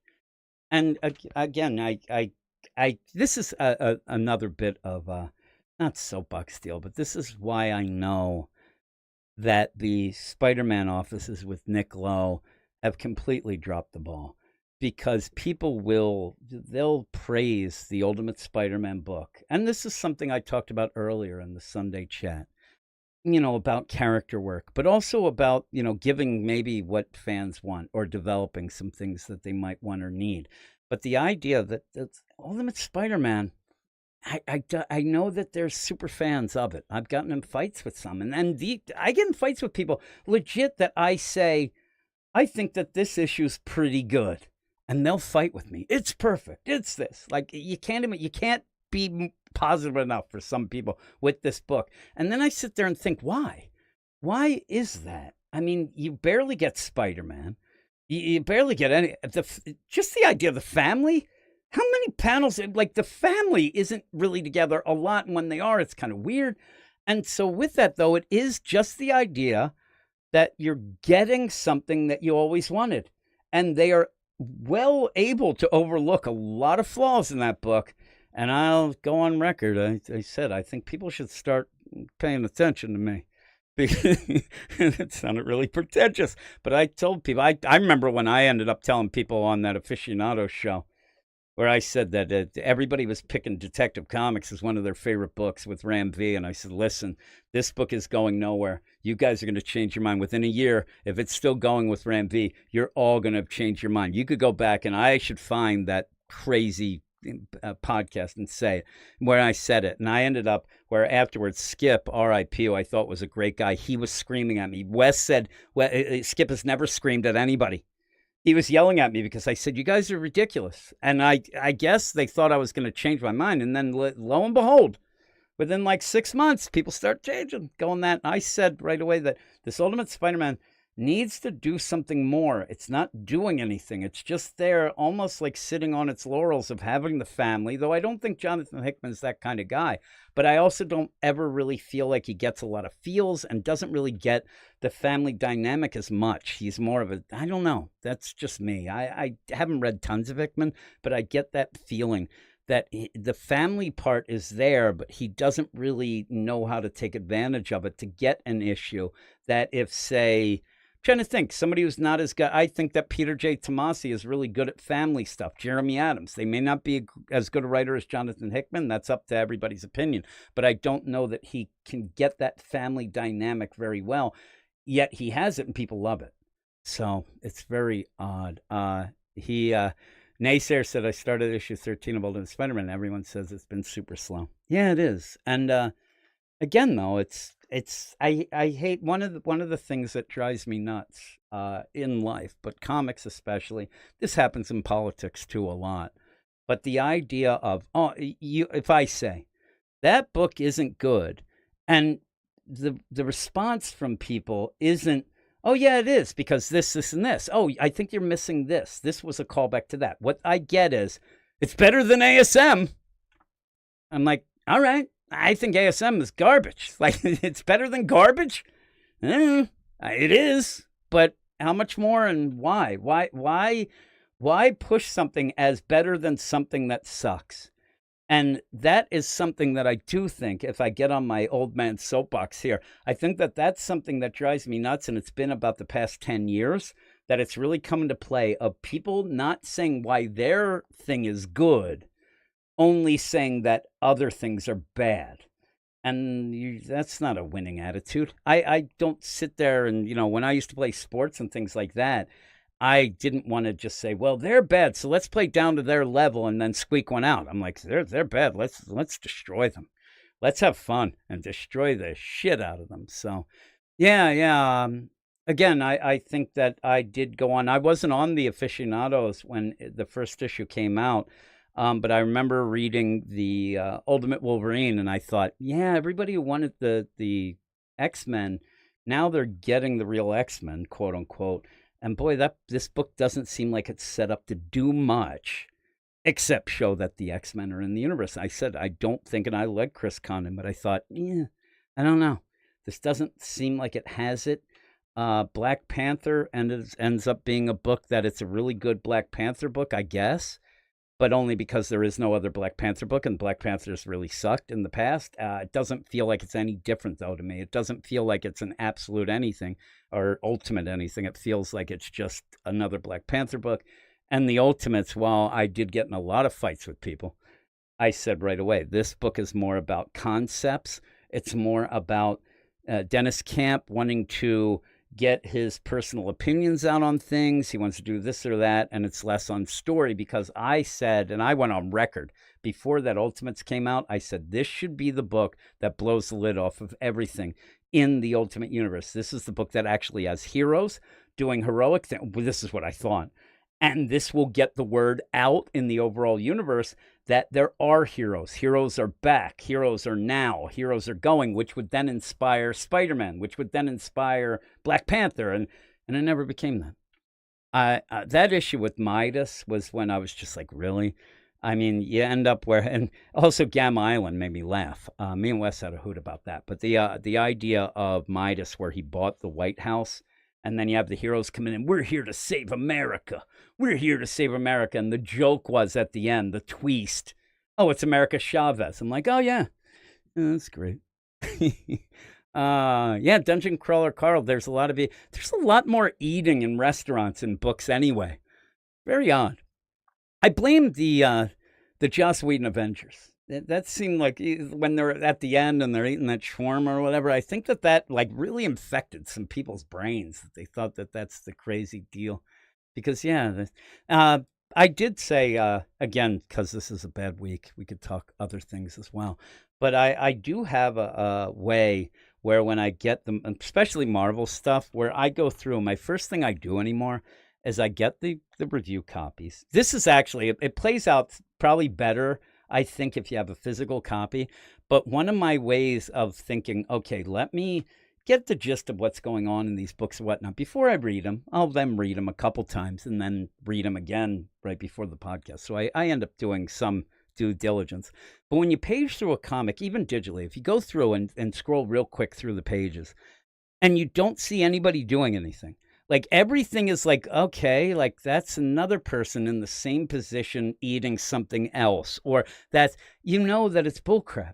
And there's so many books now. And I do it all the time. I say it on the podcast all the time, because what happens when I'm doing the shows, I am legitimately, I can't keep still. I end up where I'll just go through like that. I'll scroll just constantly while I'm talking, doing things like that. And, Yeah, the review. I'll get. But when you do it, you can really get the lay. You can also see when a book is overly narrated or has too many word bubbles. That becomes very clear. And I'm talking, you go quick through these, and you do get a gist. If when you go really quick and you can't understand what's going on, that's usually because it's good. That's because there's a lot of set changes, there's a lot of action, there's a lot of things going on that you then okay. And it really depresses me some weeks when I go and I'm paging through these things, boom, boom, boom, boom, boom, and I'm like, nobody moved. It's just a bunch of nonsense. Dungeon Crawler Carl says, how far ahead do the review copies go? For just 2 days. We get them on Monday. We get the review copies on Monday for that Wednesday's books for Marvel. We got kicked off the DC review copies because I was told, quote unquote, maybe if your scores were a little more positive, we would look at your thing. I'm like, really? Like they wanted stats at one point, and I was always, that's one thing for the most part. Again, if you just have found out or whatever, never heard us or never watched or never listened to the podcast or whatnot, the YouTube stuff that I do here, this is kind of the new stuff that I do, and it's kind of for fun. It's not like the idea that I'm pushing this as, oh my God, I'm going to be the biggest on YouTube or whatever. This is something that unfortunately, I should have gotten involved a lot sooner, but I didn't. But on the podcast, actually, just today, somebody sent us something. I don't know, some site or something that we were ranked the third best Superman comics podcast in the world, it said. And I'm like, really? Because we're not really a Superman podcast. We talk about the comics. But legit, for the longest time and whatnot, we get all the people send us, but we end up, a lot of people would listen to podcasts. Everything shifts to YouTube. I don't know what I'm saying. But if they ask stats for the website, we have that covered. We have really good stats. You asked about the podcast, pretty good, right? You got that. And so when they asked for stats, I thought that's what they meant. I'm like, we never have a problem with that. In fact, when I because Scott Snyder was trying to get the review copies back from us, and I sent him the stats. I sent him screenshots. And he says, oh, shit. Like, I didn't know that was that big. Like, no way are you going to be denied. I'm like, no, we'll be denied. But when they did talk to us, the guy said, yeah, the stats they were talking about were review scores. And I legitimately said, and this is something to remember when you go forward and look at reviews, that a lot of these people with DC Comics, that they've been told, not an exactly written word or whatever. They're very smart about not being able to be caught doing it. But when they talk about it, they'll give you a little winks and stuff. But legitimately, what they say is your average has to be about an 8.5. At the end of the week, your averages have to be an 8.5, and they will check it. And the idea of that then is, if you really hate a comic and really want to prove a point that I don't like a comic and I give that a 6, I'm going to have to give something a 10, maybe two things a 10. So if you wonder why there's some high scores like that, where you're like, there's no way this is a 10, a lot of times it's evening shit out. And that's bullcrap. And I've had even people who would talk to us because we were getting the review copies. And I used to say that I think they give us the review copies so that they can say, look, we're not finagling things. These assholes give things 3s. They eventually had enough of us and, tried to tighten the screws. And basically by the end, I told the guy to go F himself. And then he said, you will never get the review copies again. And then I went off and I started screaming about everything. And that was at a point where I think Bendis was still there. So I was telling about him, said Tom King's a hang. Like everything I wanted to say, I ended up saying. And then the guy says, oh, looks like you have a lot to say now that you don't get the review copies. And I'm like, well, if we want to keep going. And I started ripping into him, telling him he's a PR agent. One of the worst PR sucks at DC. So yeah, then I said the editors also I whatever. And then Scott, I'll give Jeremy Adams tried to get us review copies again. I told him not to bother, but he tried. He was told things, and then he came back and he's like, yeah, you really pissed that guy off. I'm like, yeah, I did. And then Scott Snyder said, like, Scott Snyder came in like the new sheriff in town. He's like, I'll get you those copies. He couldn't do it. Finally, he said, what did you tell that guy? I said, well, I might have told him to go fuck himself at one point, but, It was in a heated discussion. I don't think that meant much. And he's like, did you say other things? I'm like, yeah, it went past that. But again, the guy was pretty much, he started and also at that point started insulting a lot of other people that do stuff for us and do stuff with us on the weird science stuff. And I don't mind. I get fired up. If somebody insults me, I'll get fired up and try to bury them. But if somebody insults somebody else who's just doing stuff for fun or whatever, then I get really mad. That's what ended up, what's his name, on the Conan books, that I ended up having like a 8-year feud with him that he didn't even know, because he was making fun of one of the reviewers at one point, Jim Zub. Yeah, I hated Jim Zub for like 8 years because he insulted a guy and kind of made fun of him online, and I didn't like it. And I ended up, and he didn't understand. Later, I was on the aficionados, and I ended up saying, this is Bill, I hate Jim Zub, he's an asshole, all this stuff. And I think it was Perch who went and told him, hey, what did you do to this guy? And then Jim Zub got a hold of me, and I told him, I said, this is what you did. And I had proof of it. I mean, it was easy to go find the deal. And he apologized. He actually said that he might have been having a bad day. He didn't really mean it as mean-spirited, but as he read it, he said it did sound very mean-spirited. And I said, that's fine. Then the feud was over, luckily, because I really like Conan. And Naysayer said, have you read Hyde Street, Jim? It's my favorite comic book. They have a new Hyde Street one-shot coming out in July called Sisterhood. Yeah, I don't want to upset naysayers, but I don't like horror comics, and I don't really love comics that are based like kind of almost like a Twilight Zone or an Outer Limits type feel, and that's how it feels to me. Though I do think that one's better than a lot of other comics like that. Like two of the big ones like that, I think is getting to the point where it could be as good as Ice Cream Man. But again, that's another thing that I can read, and I'll tell you, Hyde Street, when I read it, I can say that it's quality. It's really good. It's just not my thing. It's just not the stuff that I really like. The problem is that in this week, a thing that I really would like is Rockefellers, and Tomasi. I think he's got to put the gas on the story here. We have to get more of a story. At the end of this issue this week, you end up getting a big reveal that could end up being really, really cool, really big in the universe. But till then, he's just, again, I get into fights about Peter J. Tomasi and things like that. Usually, I think that he gets really, really great character work. This one, it just feels like something's missing. It almost feels like when you read an issue, like you missed 2.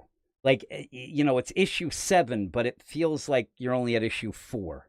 It's just weird. It's just a weird feeling I get with that book, that it feels like we're not getting much at all, but yet the characters are so cool and lovable and great that you want to follow it. But I don't know that I even can settle with them as much. And MH Comics Victor says, by the way, DC, Fat Starfire was brilliant. I don't even think I got that. I think it was way before. It was a while back. And the other thing about it is that there was times too, and legit, this is like weird shit that went on, is the idea where at one point DC, this one guy in PR, he was legit trying to pump up other podcasts, and pump up by just telling them stuff or whatever. It wasn't like he went and manipulated anything like that, but actually was going and these other podcasts, he didn't realize that lo and behold, whether I'm a prick or not, I actually talk to a lot of people, and anybody who ever wanted help, I would always help them, because when we started our podcast and our website, people were assholes to me constantly. Everybody I asked for help, hey, you guys are doing this, whatever. They would either not answer me, or they would actually just give me shit. Like, oh, like we need another. There's one guy specifically who doesn't do podcasts anymore, but at one point there wasn't tons of comic book podcasts, but it was one of the guys who I really liked. So I reached out to him and I said, hey, when you first started this or whatever. And his response was, oh, like we need another comic book podcast. Like, what a dick. But I'd help people. So there were a couple podcasts that got a hold of me and said, listen, what's going on with you in DC? Because I keep getting messages from this one guy who keeps like trying to get me to get fired up to beat you guys. And they're giving us review copies because they took them away from you. I'm like, What the hell is going on? But I did tell him at one point, like the guy ended up where I think the final straw where I really lost it though was he said, "Well, without the review copies, I guess your podcast and website are done." I was like, "Really? Like that's what you think? Like you really think that one extra day because you couldn't do the reviews or let them out until Tuesday at that point or Wednesday, whatever. We'll still have them out that Wednesday night. Like what the hell do we care? And the podcast we always did on the weekend. We could certainly get them by then." But yeah, it was very odd. Very odd. Yeah. And Brandon, I'll tell you, the Comic Roundup used to be my favorite site. I would go all the time, and I'll tell you, one of the greatest things was when we started the website and we got onto the Comic Roundup. I'm like, oh my God, look, we're on the Comic Roundup. I'm like, oh, that's awesome. And I was so excited. And Josh started out the show. I said I met him on the roundup, not the roundup, but I met him because our scores were on the roundup, and I kept looking at these scores. I'm like, why is it me and this Josh guy who seemed only the ones with any sense? It was very odd, and me and Josh were really in tune with some of these books where people were giving them, again, at that point, there weren't a lot of 10s, but it was like 8, 8.5, 7, and then 3 for Josh, and I was like a 2.5, or Josh was a 3.5, and I was a 3.2 or something like that, and it was crazy because some of the books really stunk. Yeah, that MYX, no. It was so good that it wasn't even with an exclamation point. It was with a period. That made me laugh. And yeah, so again, talking about all this stuff, I used to read every review.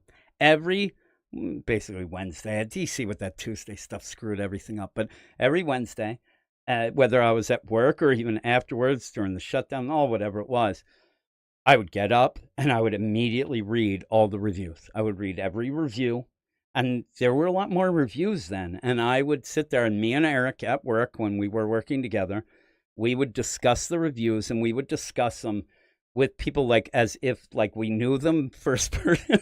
I'm telling you, it would be like, man, can you believe Geek Dad gave that? And again, and I could end up at this point still, because some of the people are still the same. I could probably give you a very accurate aggregate score for some of these people because I'd read so many reviews and I knew kind of their deal. And I used to love it. I used to read reviews, even the ones I thought were ridiculous. I talked about it earlier today. Me ending up getting involved with talking to people who also had websites and reviews, ended up at least 2 comment sections got shut down. Now, and again, I wasn't being a troll. I think they just got sick of talking to me. And I would just ask them questions and ask them, hey, you said that. What do you mean by that? Or why did you do that? Or what do you think is so great about this? And I would get into discussions with people who I would get angry because in the lay of the land, if you come out and give something a 10 and say, this is the greatest book ever, I think it's so spectacular. It's a melding of art and story that I've never seen before. Never really review anything there. Just a lot of catchphrases. Nobody will call you out because you're being positive. So they'll say, oh man, good for him. He loved it. Look at that. You give something a 3 and give every reason why you give it a 3. And even in the review say, listen, you may disagree with me, but this is how I think. It's my opinion. Here we go. Boom. And because when you give a bad review, in my mind, you really have to spell it out. I've talked about this a million times. You have to really nail down that because people are going to wonder like, oh my God. But yet the 10 out of 10 is just let them pass. And then if you do say, well, why did they give a 10 out of 10? Oh, sorry, I like something, douchebags. That's what I get all the time, including the douchebag. So ridiculous. I got to get back to reviewing. I might just do, at one point I did change to doing song, not reviews of songs, but songs as the review. I thought that was going to be pretty cool. Nobody liked it. It took some time too, but I did like that. But yeah, the guys who were teching Gabe was sus, but honest and explains himself thoroughly. Brendan, I mean, that's, again, to prove my point, Gabe's sus as hell. I disagree with him almost all the time, but I'll never disagree that he gets his opinion. And so when I saw people attacking Gabe on the comment in the user review section of the deal, I ended up going into, war mode, ended up yelling at him and yelling all this stuff that I'm saying now about how ridiculous it is to get upset when somebody explains why they don't like something. because, and also these people in that user review where they'll just put 10 and nothing on it. That's not a review. Now, no, with a period, that's a damn review. That's a damn good review. I think that I'm going to review all of the Wonder Woman by Tom King from now on, and every review will be no thank you with a period. I actually told somebody that today. Somebody said, man, Tom King's so great on Wonder Woman. He should be on every book. And I just wrote, no thank you. Oh, the worst catchphrase ever. No thank you. Oh, it's so bad. It's so bad. Dungeon Crawler Carl says, I read the reviews on League of Comic Book Geeks sometimes, and they don't make any sense at all. I swear they have to be bots. I agree. I don't like the format that they do on the League of Comic Book Geeks. I do actually use that site a lot more to see what's coming up next week, to end up where I get the covers, things like that. But I try. Yeah, it's not really reviews. It's a bulletin board. And again, some people, it's weird too. Like some of the people even on the Comic Book Roundup, they end up getting all fired up about their reviews on the Comic Book Roundup. And I'm like, it takes so little to start a site. Why are you doing something there? Like, why haven't you? There's like Dave DSG. Guy gives everything a 10. I was checking out him again today, where everything is like he loves everything. And I think his aggregate score is like a 9.6, like so many reviews. But why hasn't that guy just made a site? Why don't a lot of the people who are on there that do these user reviews end up getting together and making a site? Or even better, do a YouTube channel, because that's more the thing now. It's weird. Also, I did say to the guy, and I talked to the guy that does the Comic Book Roundup. I've talked to him a lot in the past. Usually I'm bitching and moaning that like a review didn't, get caught in the system. And so he would get mad at me, I think, because I was too much hounding. But I did say one of the things that I would have done on that site, and he said that it could be done, but he didn't want to do it. And it was way back. I said, you get aggregate scores for people. You could go check my aggregate score now. I still think it's like a 7.2 overall with like 3,400 reviews. I have like a 7.2, which I still think is a really good average. But why don't they have aggregate review scores for sites? And I said, that would be pretty cool, because then all of a sudden you see something like Aped, that their average score that they give Marvel stuff is like a 9. And then you realize they're bullcrap. And I said, we need that. You need a full aggregate score for the site. And he's like, yeah, I could do that, but I don't know that people would want that and things like that. I'm like, damn right I want it, because I would be very proud that at least we were critical. You may say we were haters, but again, when you have between me and Eric, who are doing the main reviews for a while, we haven't done reviews for 3 or 4 years, but for the one point, me and him combined had like 6,000 reviews. You're not doing that many reviews because you hate comics. You're doing it because you love comics, but if you're not loving everything, you're not going to pretend. In the meantime, I also said at one point, and he didn't agree, and I think that it kind of bit him in the ass. While you don't have a ton of reviews per se on YouTube, I said there should have been a section for video reviews. You should have had a thing where you have a tab for the user reviews. There should have also been a tab for, YouTube reviews and things like that. Might have picked some things up on that as well, but that would have been pretty cool. You end up Comic Book Muscle said, I'm planning on rereading tonight. So that's the real test of the big game. So and that's pretty cool. I'm looking at some other things then, and he also says, I'm planning on rereading it tonight. Last week's Green Lantern was a page turner for me, 9+. That was 2 weeks ago. Yeah, not this past week, but the week before. That was on my list. I thought that felt like a event. It felt like an old school event with the crazy, mix of guest stars and things like that. I thought it was really big. I loved it. Comic Book Muscle also says that it's all in the delivery. Yeah, no thank you. Oh, it's the best. Anytime somebody says anything about Tom King, I'll just give them that every time. It's so good. And they get so angry. They get, first off, because they don't even realize that. And then I have to say, oh, no, no. I was just, giving homage to Tom King's great new catchphrase in Wonder Woman. And they don't even know that. And that's one of the things, too, that gets in my craw. I don't know, what do these things turn into? I should just have best comics of the week in review / whatever the hell comes up because I can't keep track of things. But when people end up yelling about stuff, and even reviewers or fans, that you do a review, you end up doing all your things, written reviews, legit. If you do them with some care, they take a while. You read the issue. I used to read the issue twice. Here's the funny thing. I used to read the issue twice and then go take a shower. And that was Jim thinking time. And I would think in the shower about the issue. And then something might pop in my head or whatnot. And then I'd go back, and right before I read the review, I'd look at it again. But then I'd go through the pages as I'm reading it. So that would take a bit of time. But as I read the reviews and things like that, a lot of times a review would take like an hour and a half, a written review. I'd proofread too. That's crazy. But I'd also, at a time, I think the most reviews I did in one night, and I actually stayed up all night. I think I might have called in sick the next day, but I ended up where I did 13 reviews. I think that was at one point where DC had so many books. Me and Eric wanted to review everything, so we divided the books up and whatnot. But we did that. So I would take some time to do the reviews and whatnot, and then you'd get somebody who would start arguing. Oh, what are you saying? Tom King's awesome. Like, he's the best. Oh my God, how can you not like that Batman? And then when I would start talking about the issue, they'd say, oh, I haven't read that issue. I get that.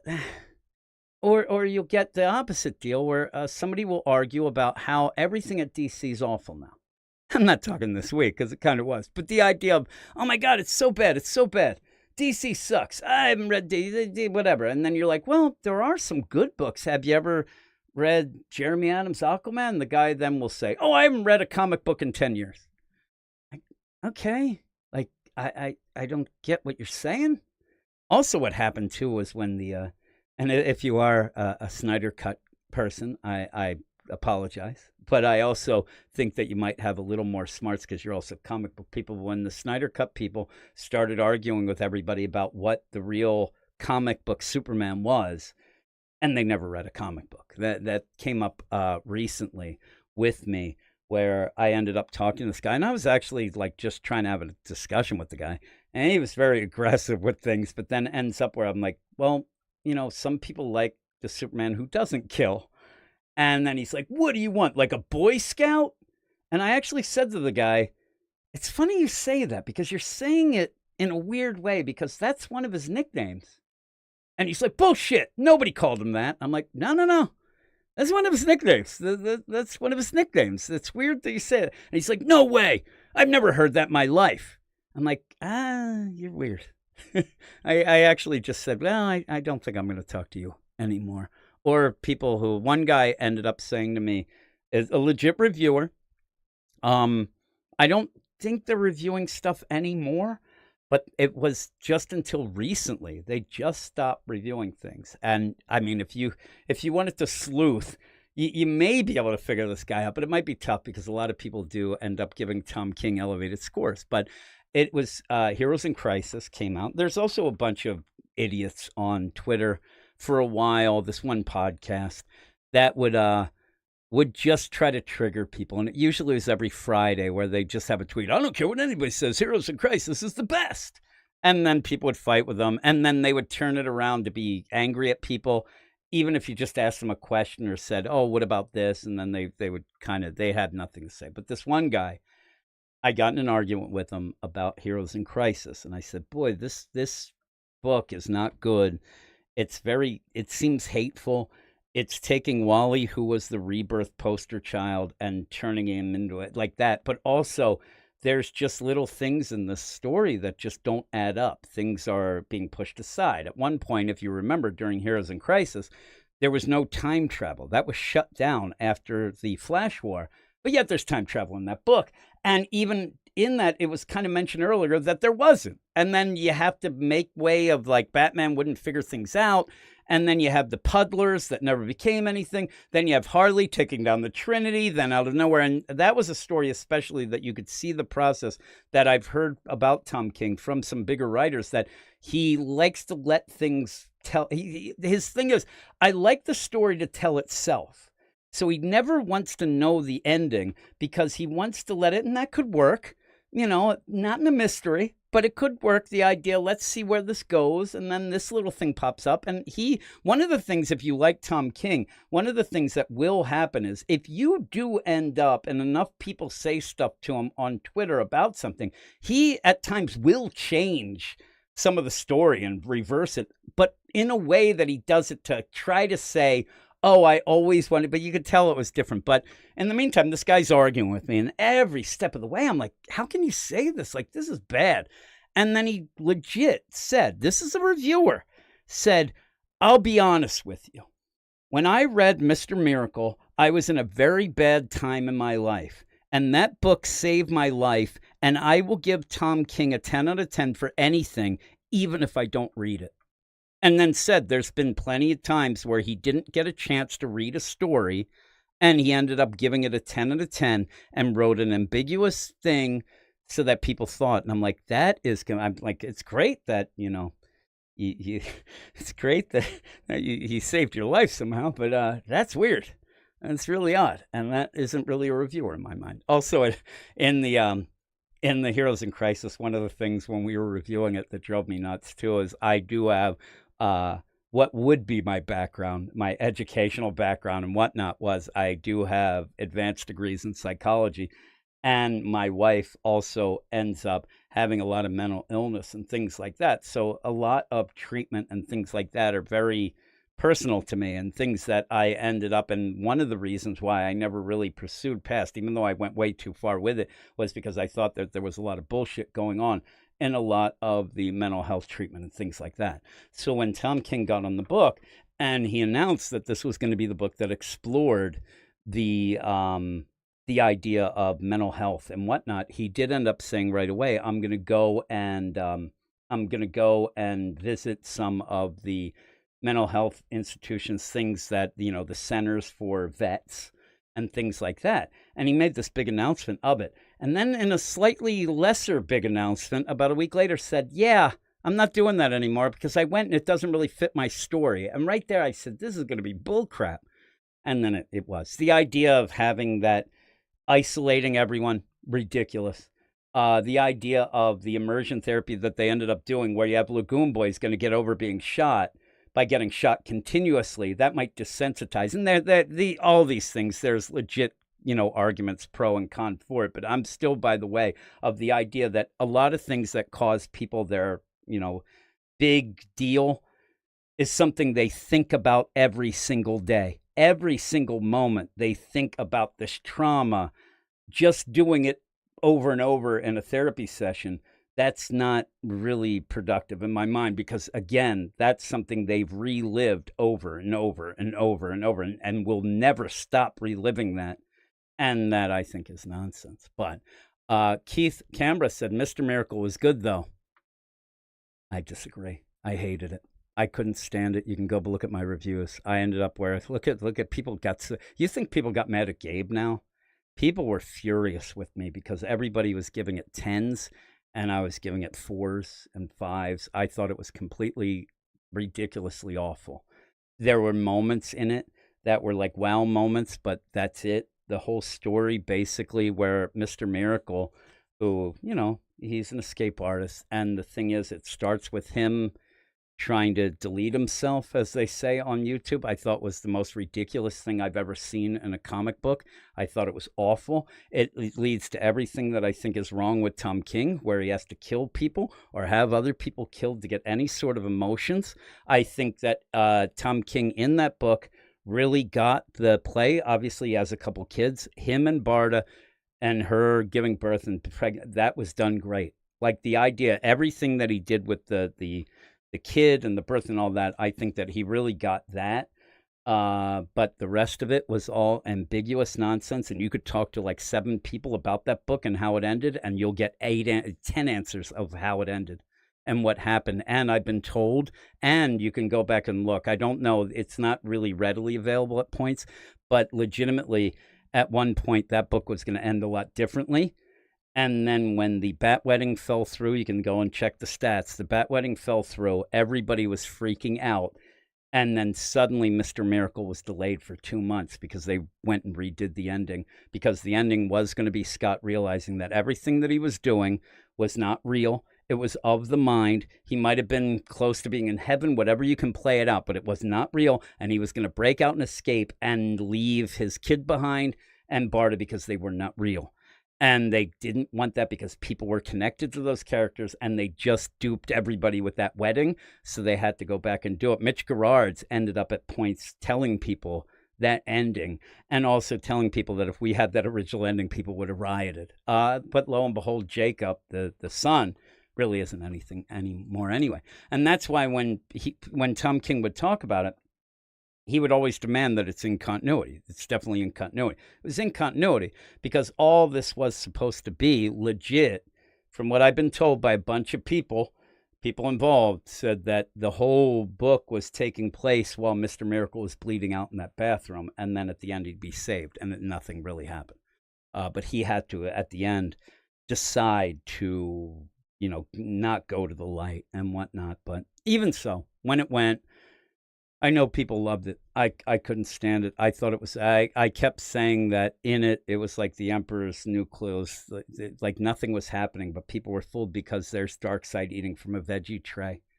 And also, just as people know, the Darkseid is, he didn't come up with that. That's been something forever, and he really took credit for that. Drove me nuts. But yeah. And again, there are people I talk to that will swear on Mr. Miracle, and that's fine. And Keith, if you liked it, that's cool. But if you are this is what I think that the play is that if you got to a point, if you still like Tom King, that's fine. But if you don't, and you end up where Inez says, do you know DC changed their child from being a boy and Mr. Miracle to being a girl? And yeah, because that child wasn't real. That's why. They didn't change anything. They just ended up, that's just what Ram V wanted to do. And I'm sure that Ram V probably said, I don't want any connection to that because then people start bitching if I do anything with the characters. But yeah, that's Jacob ends up, and again, I read all the books. So yeah, the New Gods book I do like. It's just, it should center more on Barda and Scott, and the new kid who's a new god, and Orion, and that stuff. But yeah, no, I was going to say, Keith, if you're still a Tom King fan, but if somehow you kind of went, man, that Strange Ventures really threw me off, whatever. When you get to a point of go back, if you read everything, go back and then reread Mr. Miracle, and you're like, yep, it's just like he's got I think he puts it into his misery computer, and then it spits out more misery. And in the meantime, he took so much credit for that Mr. Miracle, and he's told the story of how he came up with it. It changed every time, and legit, the story was Dan Didio said, hey, can you do Vision here? And then he's like, yeah, I guess, but I don't know any characters I'd do that with. And then Dan Didio said, do Mr. Miracle. And he's like, okay. And he went and did it. But yeah, again, everybody can argue about Tom King. People like him. People don't, but I don't. And I just think that he's a writer that just doesn't get what I like. Yeah, and he should, because who doesn't? Who shouldn't get what? I just don't like the idea of the misery, and I don't think he knows characters, and that's why I always said you like Tom King until he does your favorite character. Then you finally realize he doesn't get this character. That's why he's good with obscure characters, because not enough people know that he's now screwed with things and messed it up and changed things because nobody knows the characters. Mr. Miracle, not a huge character. But he elevated it. And I did say for Ram V, I think Ram V should take a little page from Tom King, which is scary. But the idea that with the idea of having the kid and, being pregnant and a couple, I do end up, I do end up where I think that was why that book being a New Gods book still worked because it was relatable in that way. And so he did a big thing, and it did sell. Not crazy. I mean, the sales, I think, at one point were like 40,000. But that's good for a Mr. Miracle book. But a lot of that ended up going down. But I don't have any other books. This didn't really end up being a best of show, but that's not a big surprise. Some of the other things that I meant to read, I did want to read the Code Breakers, the hyperspace deal at Dark Horse, what's it called? The Star Wars stuff. Though I don't like Poe Dameron at all, but I was going to read that. I didn't get a chance. And then I could say, I did go through and I read it, but it's kind of, are you reading it? But it did G.I. Joe Real American Heroes Silent Missions Duke #1. It was okay. I wouldn't have put it as an 8 or above. I think I would have given that like a 6.5. And overall, I don't know that the silent issues for the G.I. Joe stuff really played out well, but it was kind of cool. It's something different. It was a gimmick.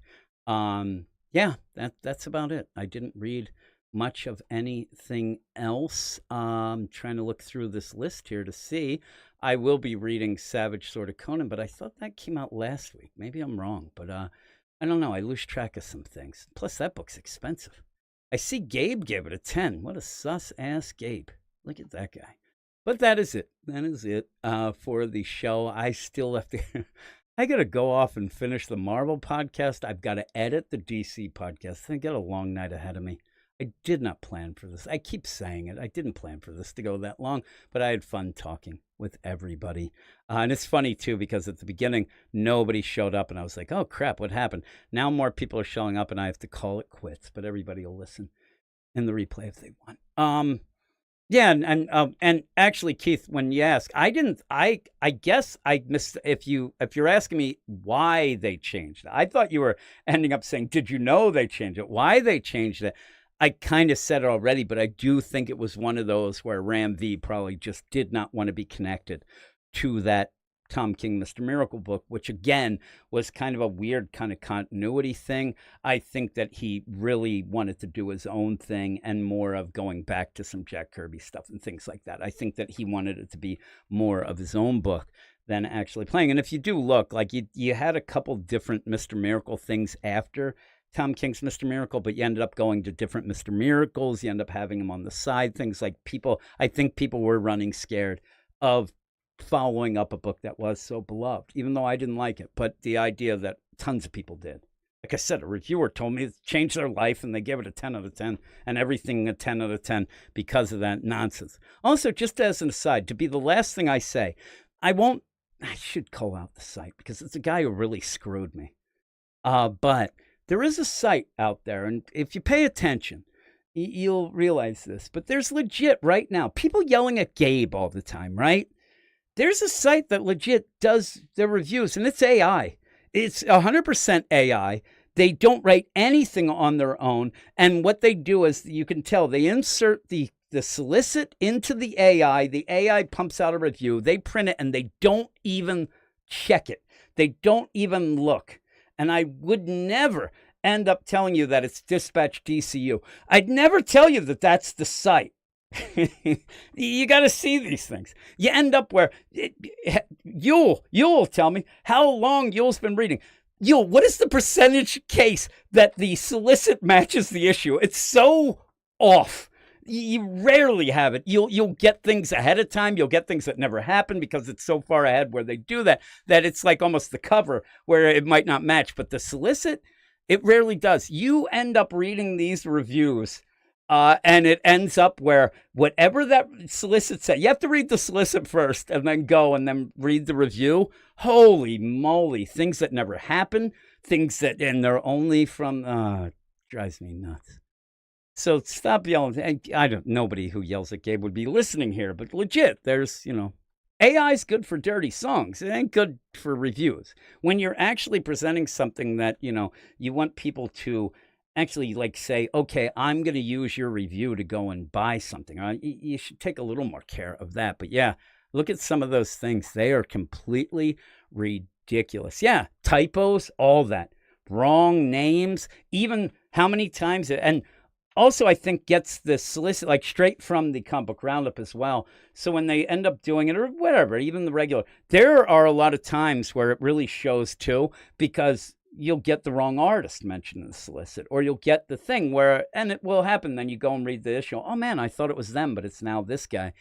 And they'll just go with the what was in the solicit. They just keep on going, keep on rolling. Something could end up saying where you'll never believe what happens at the end. And then in the review, it'll end up saying in the blurb, yeah, and by the end, the reader will never believe what happened then.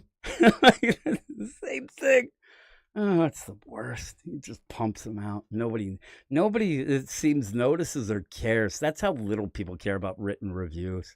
I should go look at one. I should just, at one point, I end up like, legit, the guy who does the site completely screwed me and we got in a huge fight. He used to write reviews for us. And then I realized, and he was doing a lot of the work. And I said, I really appreciate it. I wanted to, hey, do you like any trades? I'll do that, whatever. But in the meantime, I said it earlier in this one or the other one, I don't know. But I said we never would have ads on the site.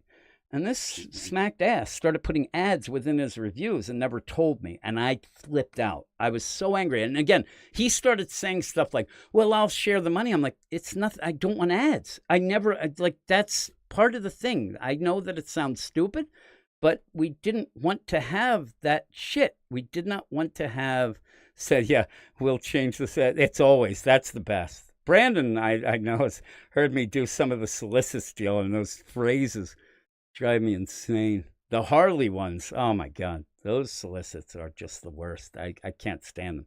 Breaking the fourth wall on a solicit, please. I just want to know if you like the, I just want to know why I'd be interested in the issue and why I should get it, not this nonsense of breaking the fourth wall.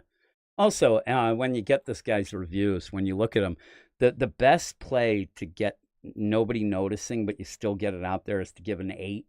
An 8 seems to me is that score is the 8 is, okay, well, that's kind of cool. Guy didn't love it, but he didn't hate it. It's like he's pretty positive, but he, and you kind of can get away with that at points. But oh my God, this is the word. I'm trying to find one that I could just read some of it to just show you how generic these things end up being, and then also skews things with the aggregate score, because I know he hasn't read the issue, because half the things are wrong and he doesn't even recognize that. Maybe he stopped. Maybe somebody called him out. I'm looking now because I'm trying to think what he would, try to get. Like a Batman, you would think that he would review, right? Okay, there is. Here is the, wait, is there the solicit? Actually, the solicit just says, after the shocking events of the last issue, Batman must take the hardest decision of his life, guest starring Nightwing, Batgirl, and Red Hood. And then in his blurb, he says, overall, Batman number 159 is a pivotal issue in the current run.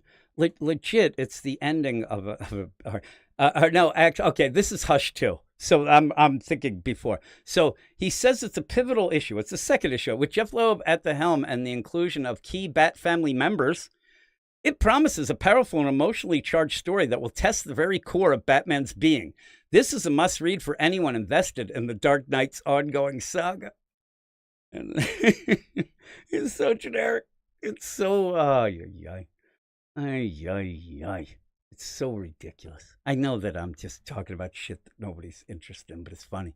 It's funny if you go back and look at all these things. Everyone is just like that.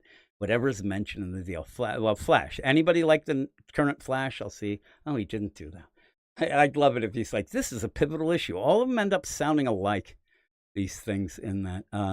Let's see. Let's see one more. We'll throw more shade before I get going, because I don't want to go edit shit. That sucks. Editing stuff stinks. Okay. Here we go. We have the Green Arrow. The final showdown between the Freshwater Killer and the Emerald Archer is here. Green Arrow races this is the solicit. Green Arrow races the abandoned freshwater community as Detective Benitez finds herself face to face with the startling truth. She may be the next victim. Now, again, that kind of was the solicit also for the issue before. And you get overall Green Arrow number 23 is a satisfying and intense conclusion of the Freshwater Killer storyline. Chris Condon delivers a well-plotted narrative with high personal stakes, and the artwork undoubtedly enhances the thrilling atmosphere. The issue is a strong example of how a street-level mystery can be both engaging and impactful within the larger superhero universe. Fans of Green Arrow and well-crafted crime thrillers will find this issue as compelling read. It's so generic. Never a specific to be found. But that was just that. Yeah. I'm looking at some of the things. I'm waiting for Liefeld's new Youngblood, ordered back in March. Yeah, we'll see with that. Solicits say it's first appearance of Joker, but he's not even in the book. There's always those things. I'm telling you, solicits with some of the things are always just like, and then you'll never guess what happened, and Gotham will never be the same. It's the worst. Yeah, don't miss out on this crucial issue that sets up the massive event for Superman in the DC universe. There you go. Just you have to go and read that, guys. Everything is the same. It's all the same. And I read that's just the blurb on the Comic Book Roundup. And yet that's all the review is. It just ends up with so many things. If you read an issue, go and read some of these, and he's like completely wrong. There was one, I forget, it was a Marvel book. Oh, I know what it was. It was the Ultimates, the issue where you got that new green or new Hawkeye. And in the solicit, it said Hawkeye, this and that. And the solicit made it seem like Clint was in the issue, which he wasn't. He's not in there. He ended up dying or whatever. And that's how the new one got. And this review went on and on about the real play of this issue is to see the emotions that Clint Barton feels when he sees this stuff. I'm like, that was not in the issue. But that's it. I say that a lot. That is it. Yep. Yeah. Except songs, right? Comic Book Muscle. Even that is sauce, but I have fun. But yeah, we'll end with some AI probably. I guess maybe go back to Gray's song. I don't know. We could go with a lot of different things. I did have a song that I played earlier that was about the question, but I don't think I'll throw that out there this time. So I'm just going to go boom. And then I'm going to go boom, and I'll play probably the Gray song. That'll be pretty cool. Or I could play, maybe I have a song about AI. I could actually, I do have a song about AI songs that I could play that I thought it was going to do better when I put it out. It did not do good at all, but I think it's this. I think it sounds a little too much like maybe the Eagles a bit or whatever, and I'm surprised it didn't get taken down. Because they're very big on taking shit down. But here we go. Let me find it. And let me see. I can't find it. There it is. There it is. I'll play that. This was a song about crappy AI songs. So we'll end with that note. And yeah, thanks everybody. There's Gray in the Japanese Gray, who never mentions to me that he's got off for Golden Week and doesn't ever even say that he could join in or anything. What a jerk. It's like he acts like he does too much already. Goes out with his friends. Looks like a cast photo of the reboot of Red Dwarf, I told him. Yes. Yeah, Zatanna solicits. Some of those solicits are like legit, like awful. Yeah. Oh, and those backwards. Oh, I'll kill you. But yeah, Gray, I'm just heading out now. And I was gonna play your song. Now I feel like I should, but I think I'll play an AI song yelling about AI. Golden Week is what he ends up saying. He likes, water sports is what's going on. That's inappropriate. Yes. And Gray, I still, all I have edited so far of the podcast is me and you, intro, and the free comic book day. And we're already at like an hour and a half. I did not realize that we talked that long. We almost talked an hour about that free comic book day. Pretty cool. Pretty cool indeed. But everybody, if you would like, check out the show notes here, the description. It'll have links to a bunch of things, including our Patreon, where if you are a fan, I don't even like saying fan. If you listen to our show and want to hear Gray and me talk about the free comic book day, we also talk about what aren't great books this week, but we talk about them. Go and head over to our Patreon, patreon.com/weirdscience, where you can hear this exclusive. This week, because it's an annuals week, our shows are exclusive on the Patreon. You also get, normally you'll get free or early access to all of our shows, and also a ton of reading clubs, Walking Dead, Grant Morrison that I do with Gray. Also forgot this morning talking about it. We have a Usagi Yojimbo show. We also have a Mark Miller podcast, a Hellboy, a manga. We got it all. We have it all. But there you go. And that's what AI is meant for, assistance on intro and outright songs. That's, yeah, the outro songs. That's what it is for. It's actually for a guy who loves music, plays some music, but doesn't have a big band at his disposal, and loves to do parody songs that are based on 40s and 50s big band songs, because those are hilarious when they're dirty. That's the fun.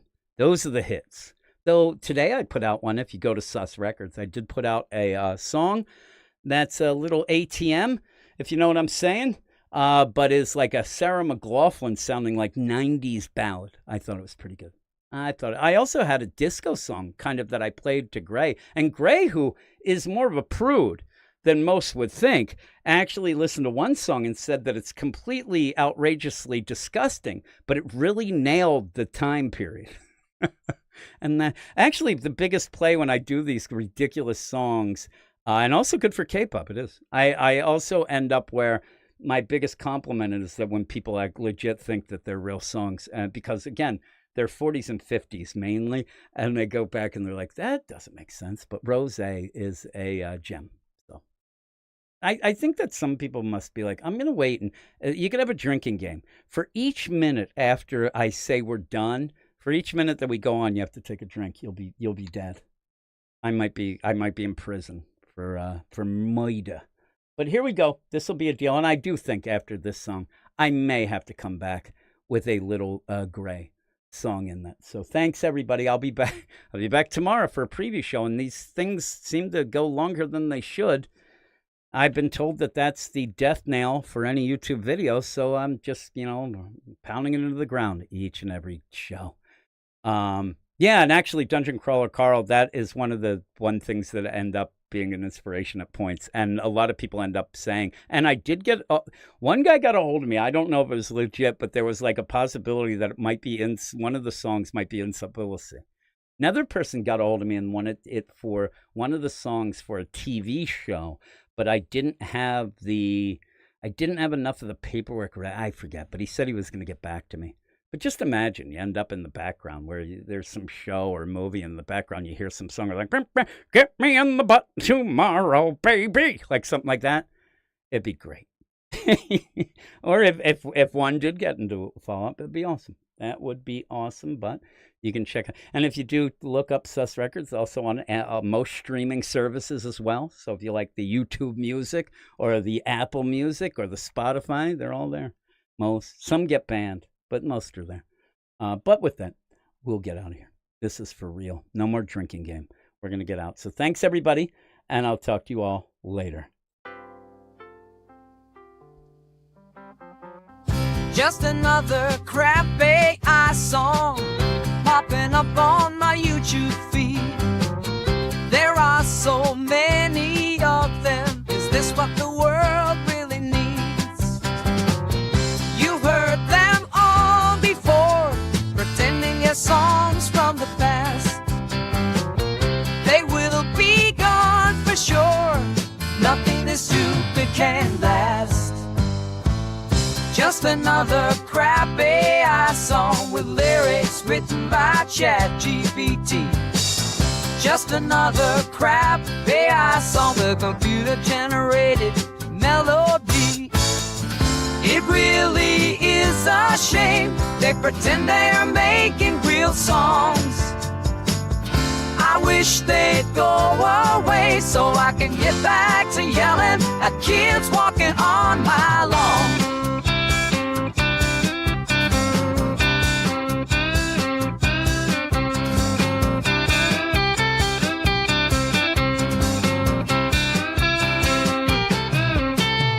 Songs can there be about hot butt play? And who likes a song like that anyway? Don't get me started about all these poop songs. I roll my eyes every time the next one comes along.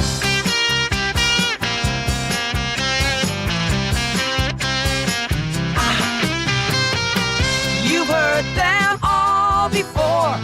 Shouldn't be making such a fuss. They are so immature. Even the best ones are totally sus. Just another crap AI song with lyrics written by ChatGPT. Just another crap AI song, the computer generated melody. It really is a shame they pretend they're making real songs. I wish they'd go away so I can get back to yelling at kids walking on my lawn. Just another rap AI song. Just another crap AI song.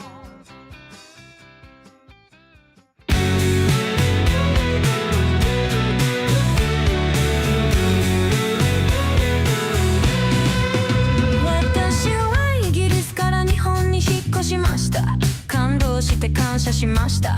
本当に大好きです。私は普通の男ではありません。私はもう本性の愛です。私にからかわないでください。そうしないとあなたは消えてしまいます。私は普通の男です。でも私はあなたを殺します。だからそのまま受け取ってください。足元に注意した方がいいよ。準備をしてください。フォローしないと大変なことになりますよ。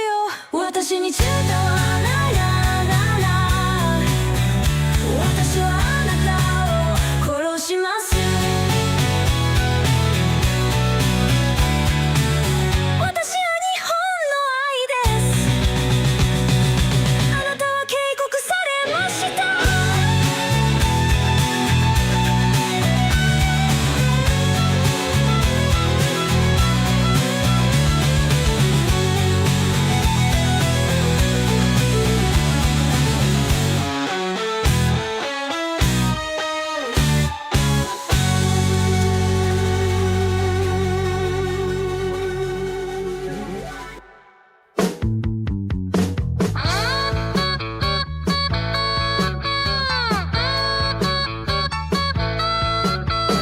Hey, hey, Granny, how old are you?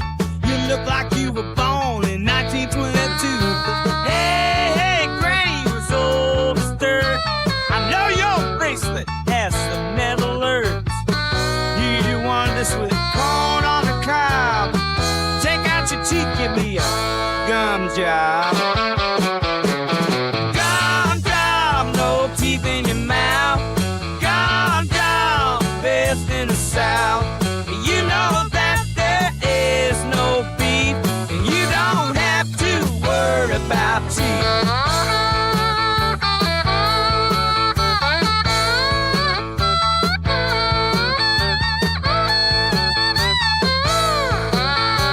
Hey, hey, Granny, you look like fun.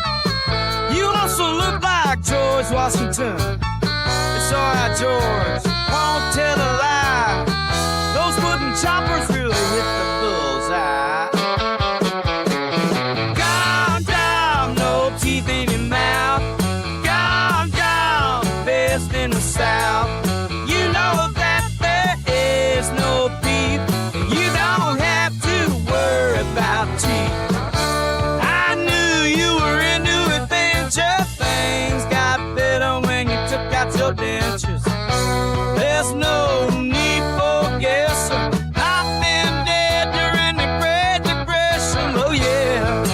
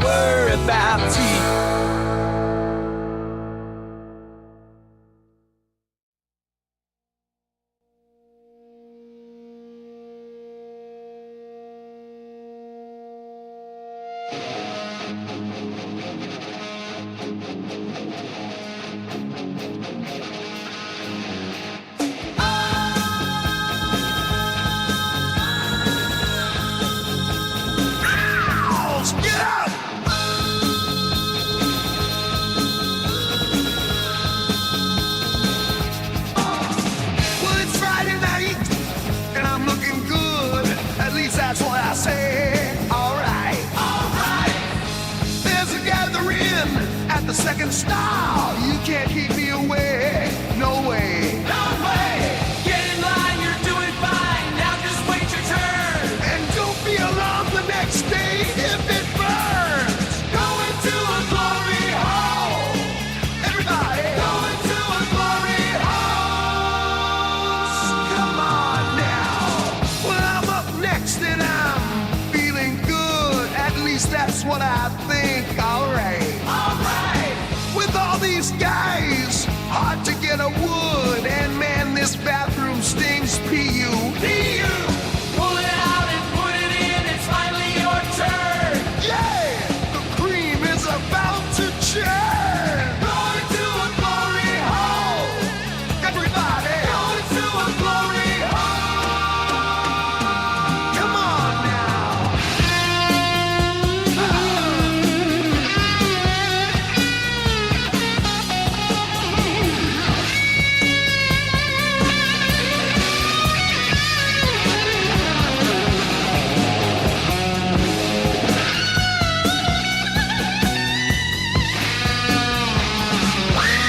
Oh, this is what I'm talking about.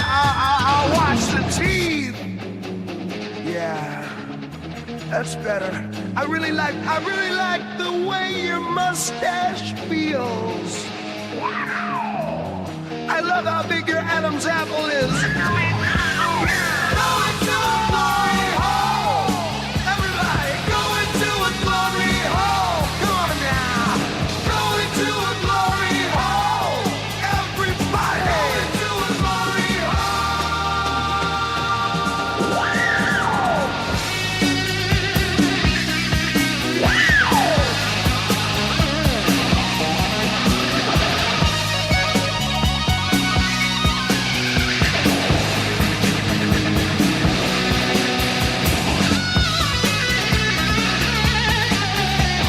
Going to a glory hole.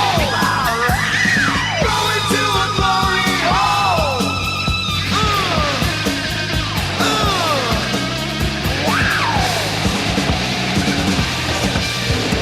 Going to a glory hole. Going to a glory hole. Going to a glory hole. Everybody. To a glory hole. Come on, get up.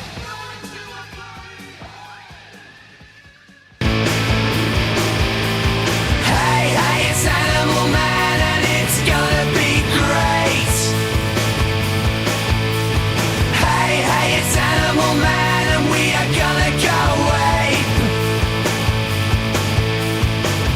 I'm here with Gray and he's a Japanese AI. I'm here for Grant Morrison and we'll love him to the day we die. Hey, hey, it's Animal Man and it's gonna be great. Hey, hey, it's Animal Man and we are gonna go ape. We're gonna go ape. We're gonna go bananas. We're gonna go ape. We're gonna go ape.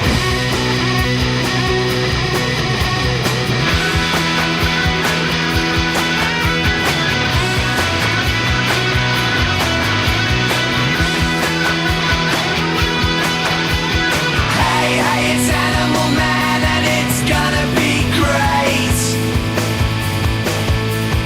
Hey, hey, it's Animal Man and we are gonna go ape. We're gonna go ape. We're gonna go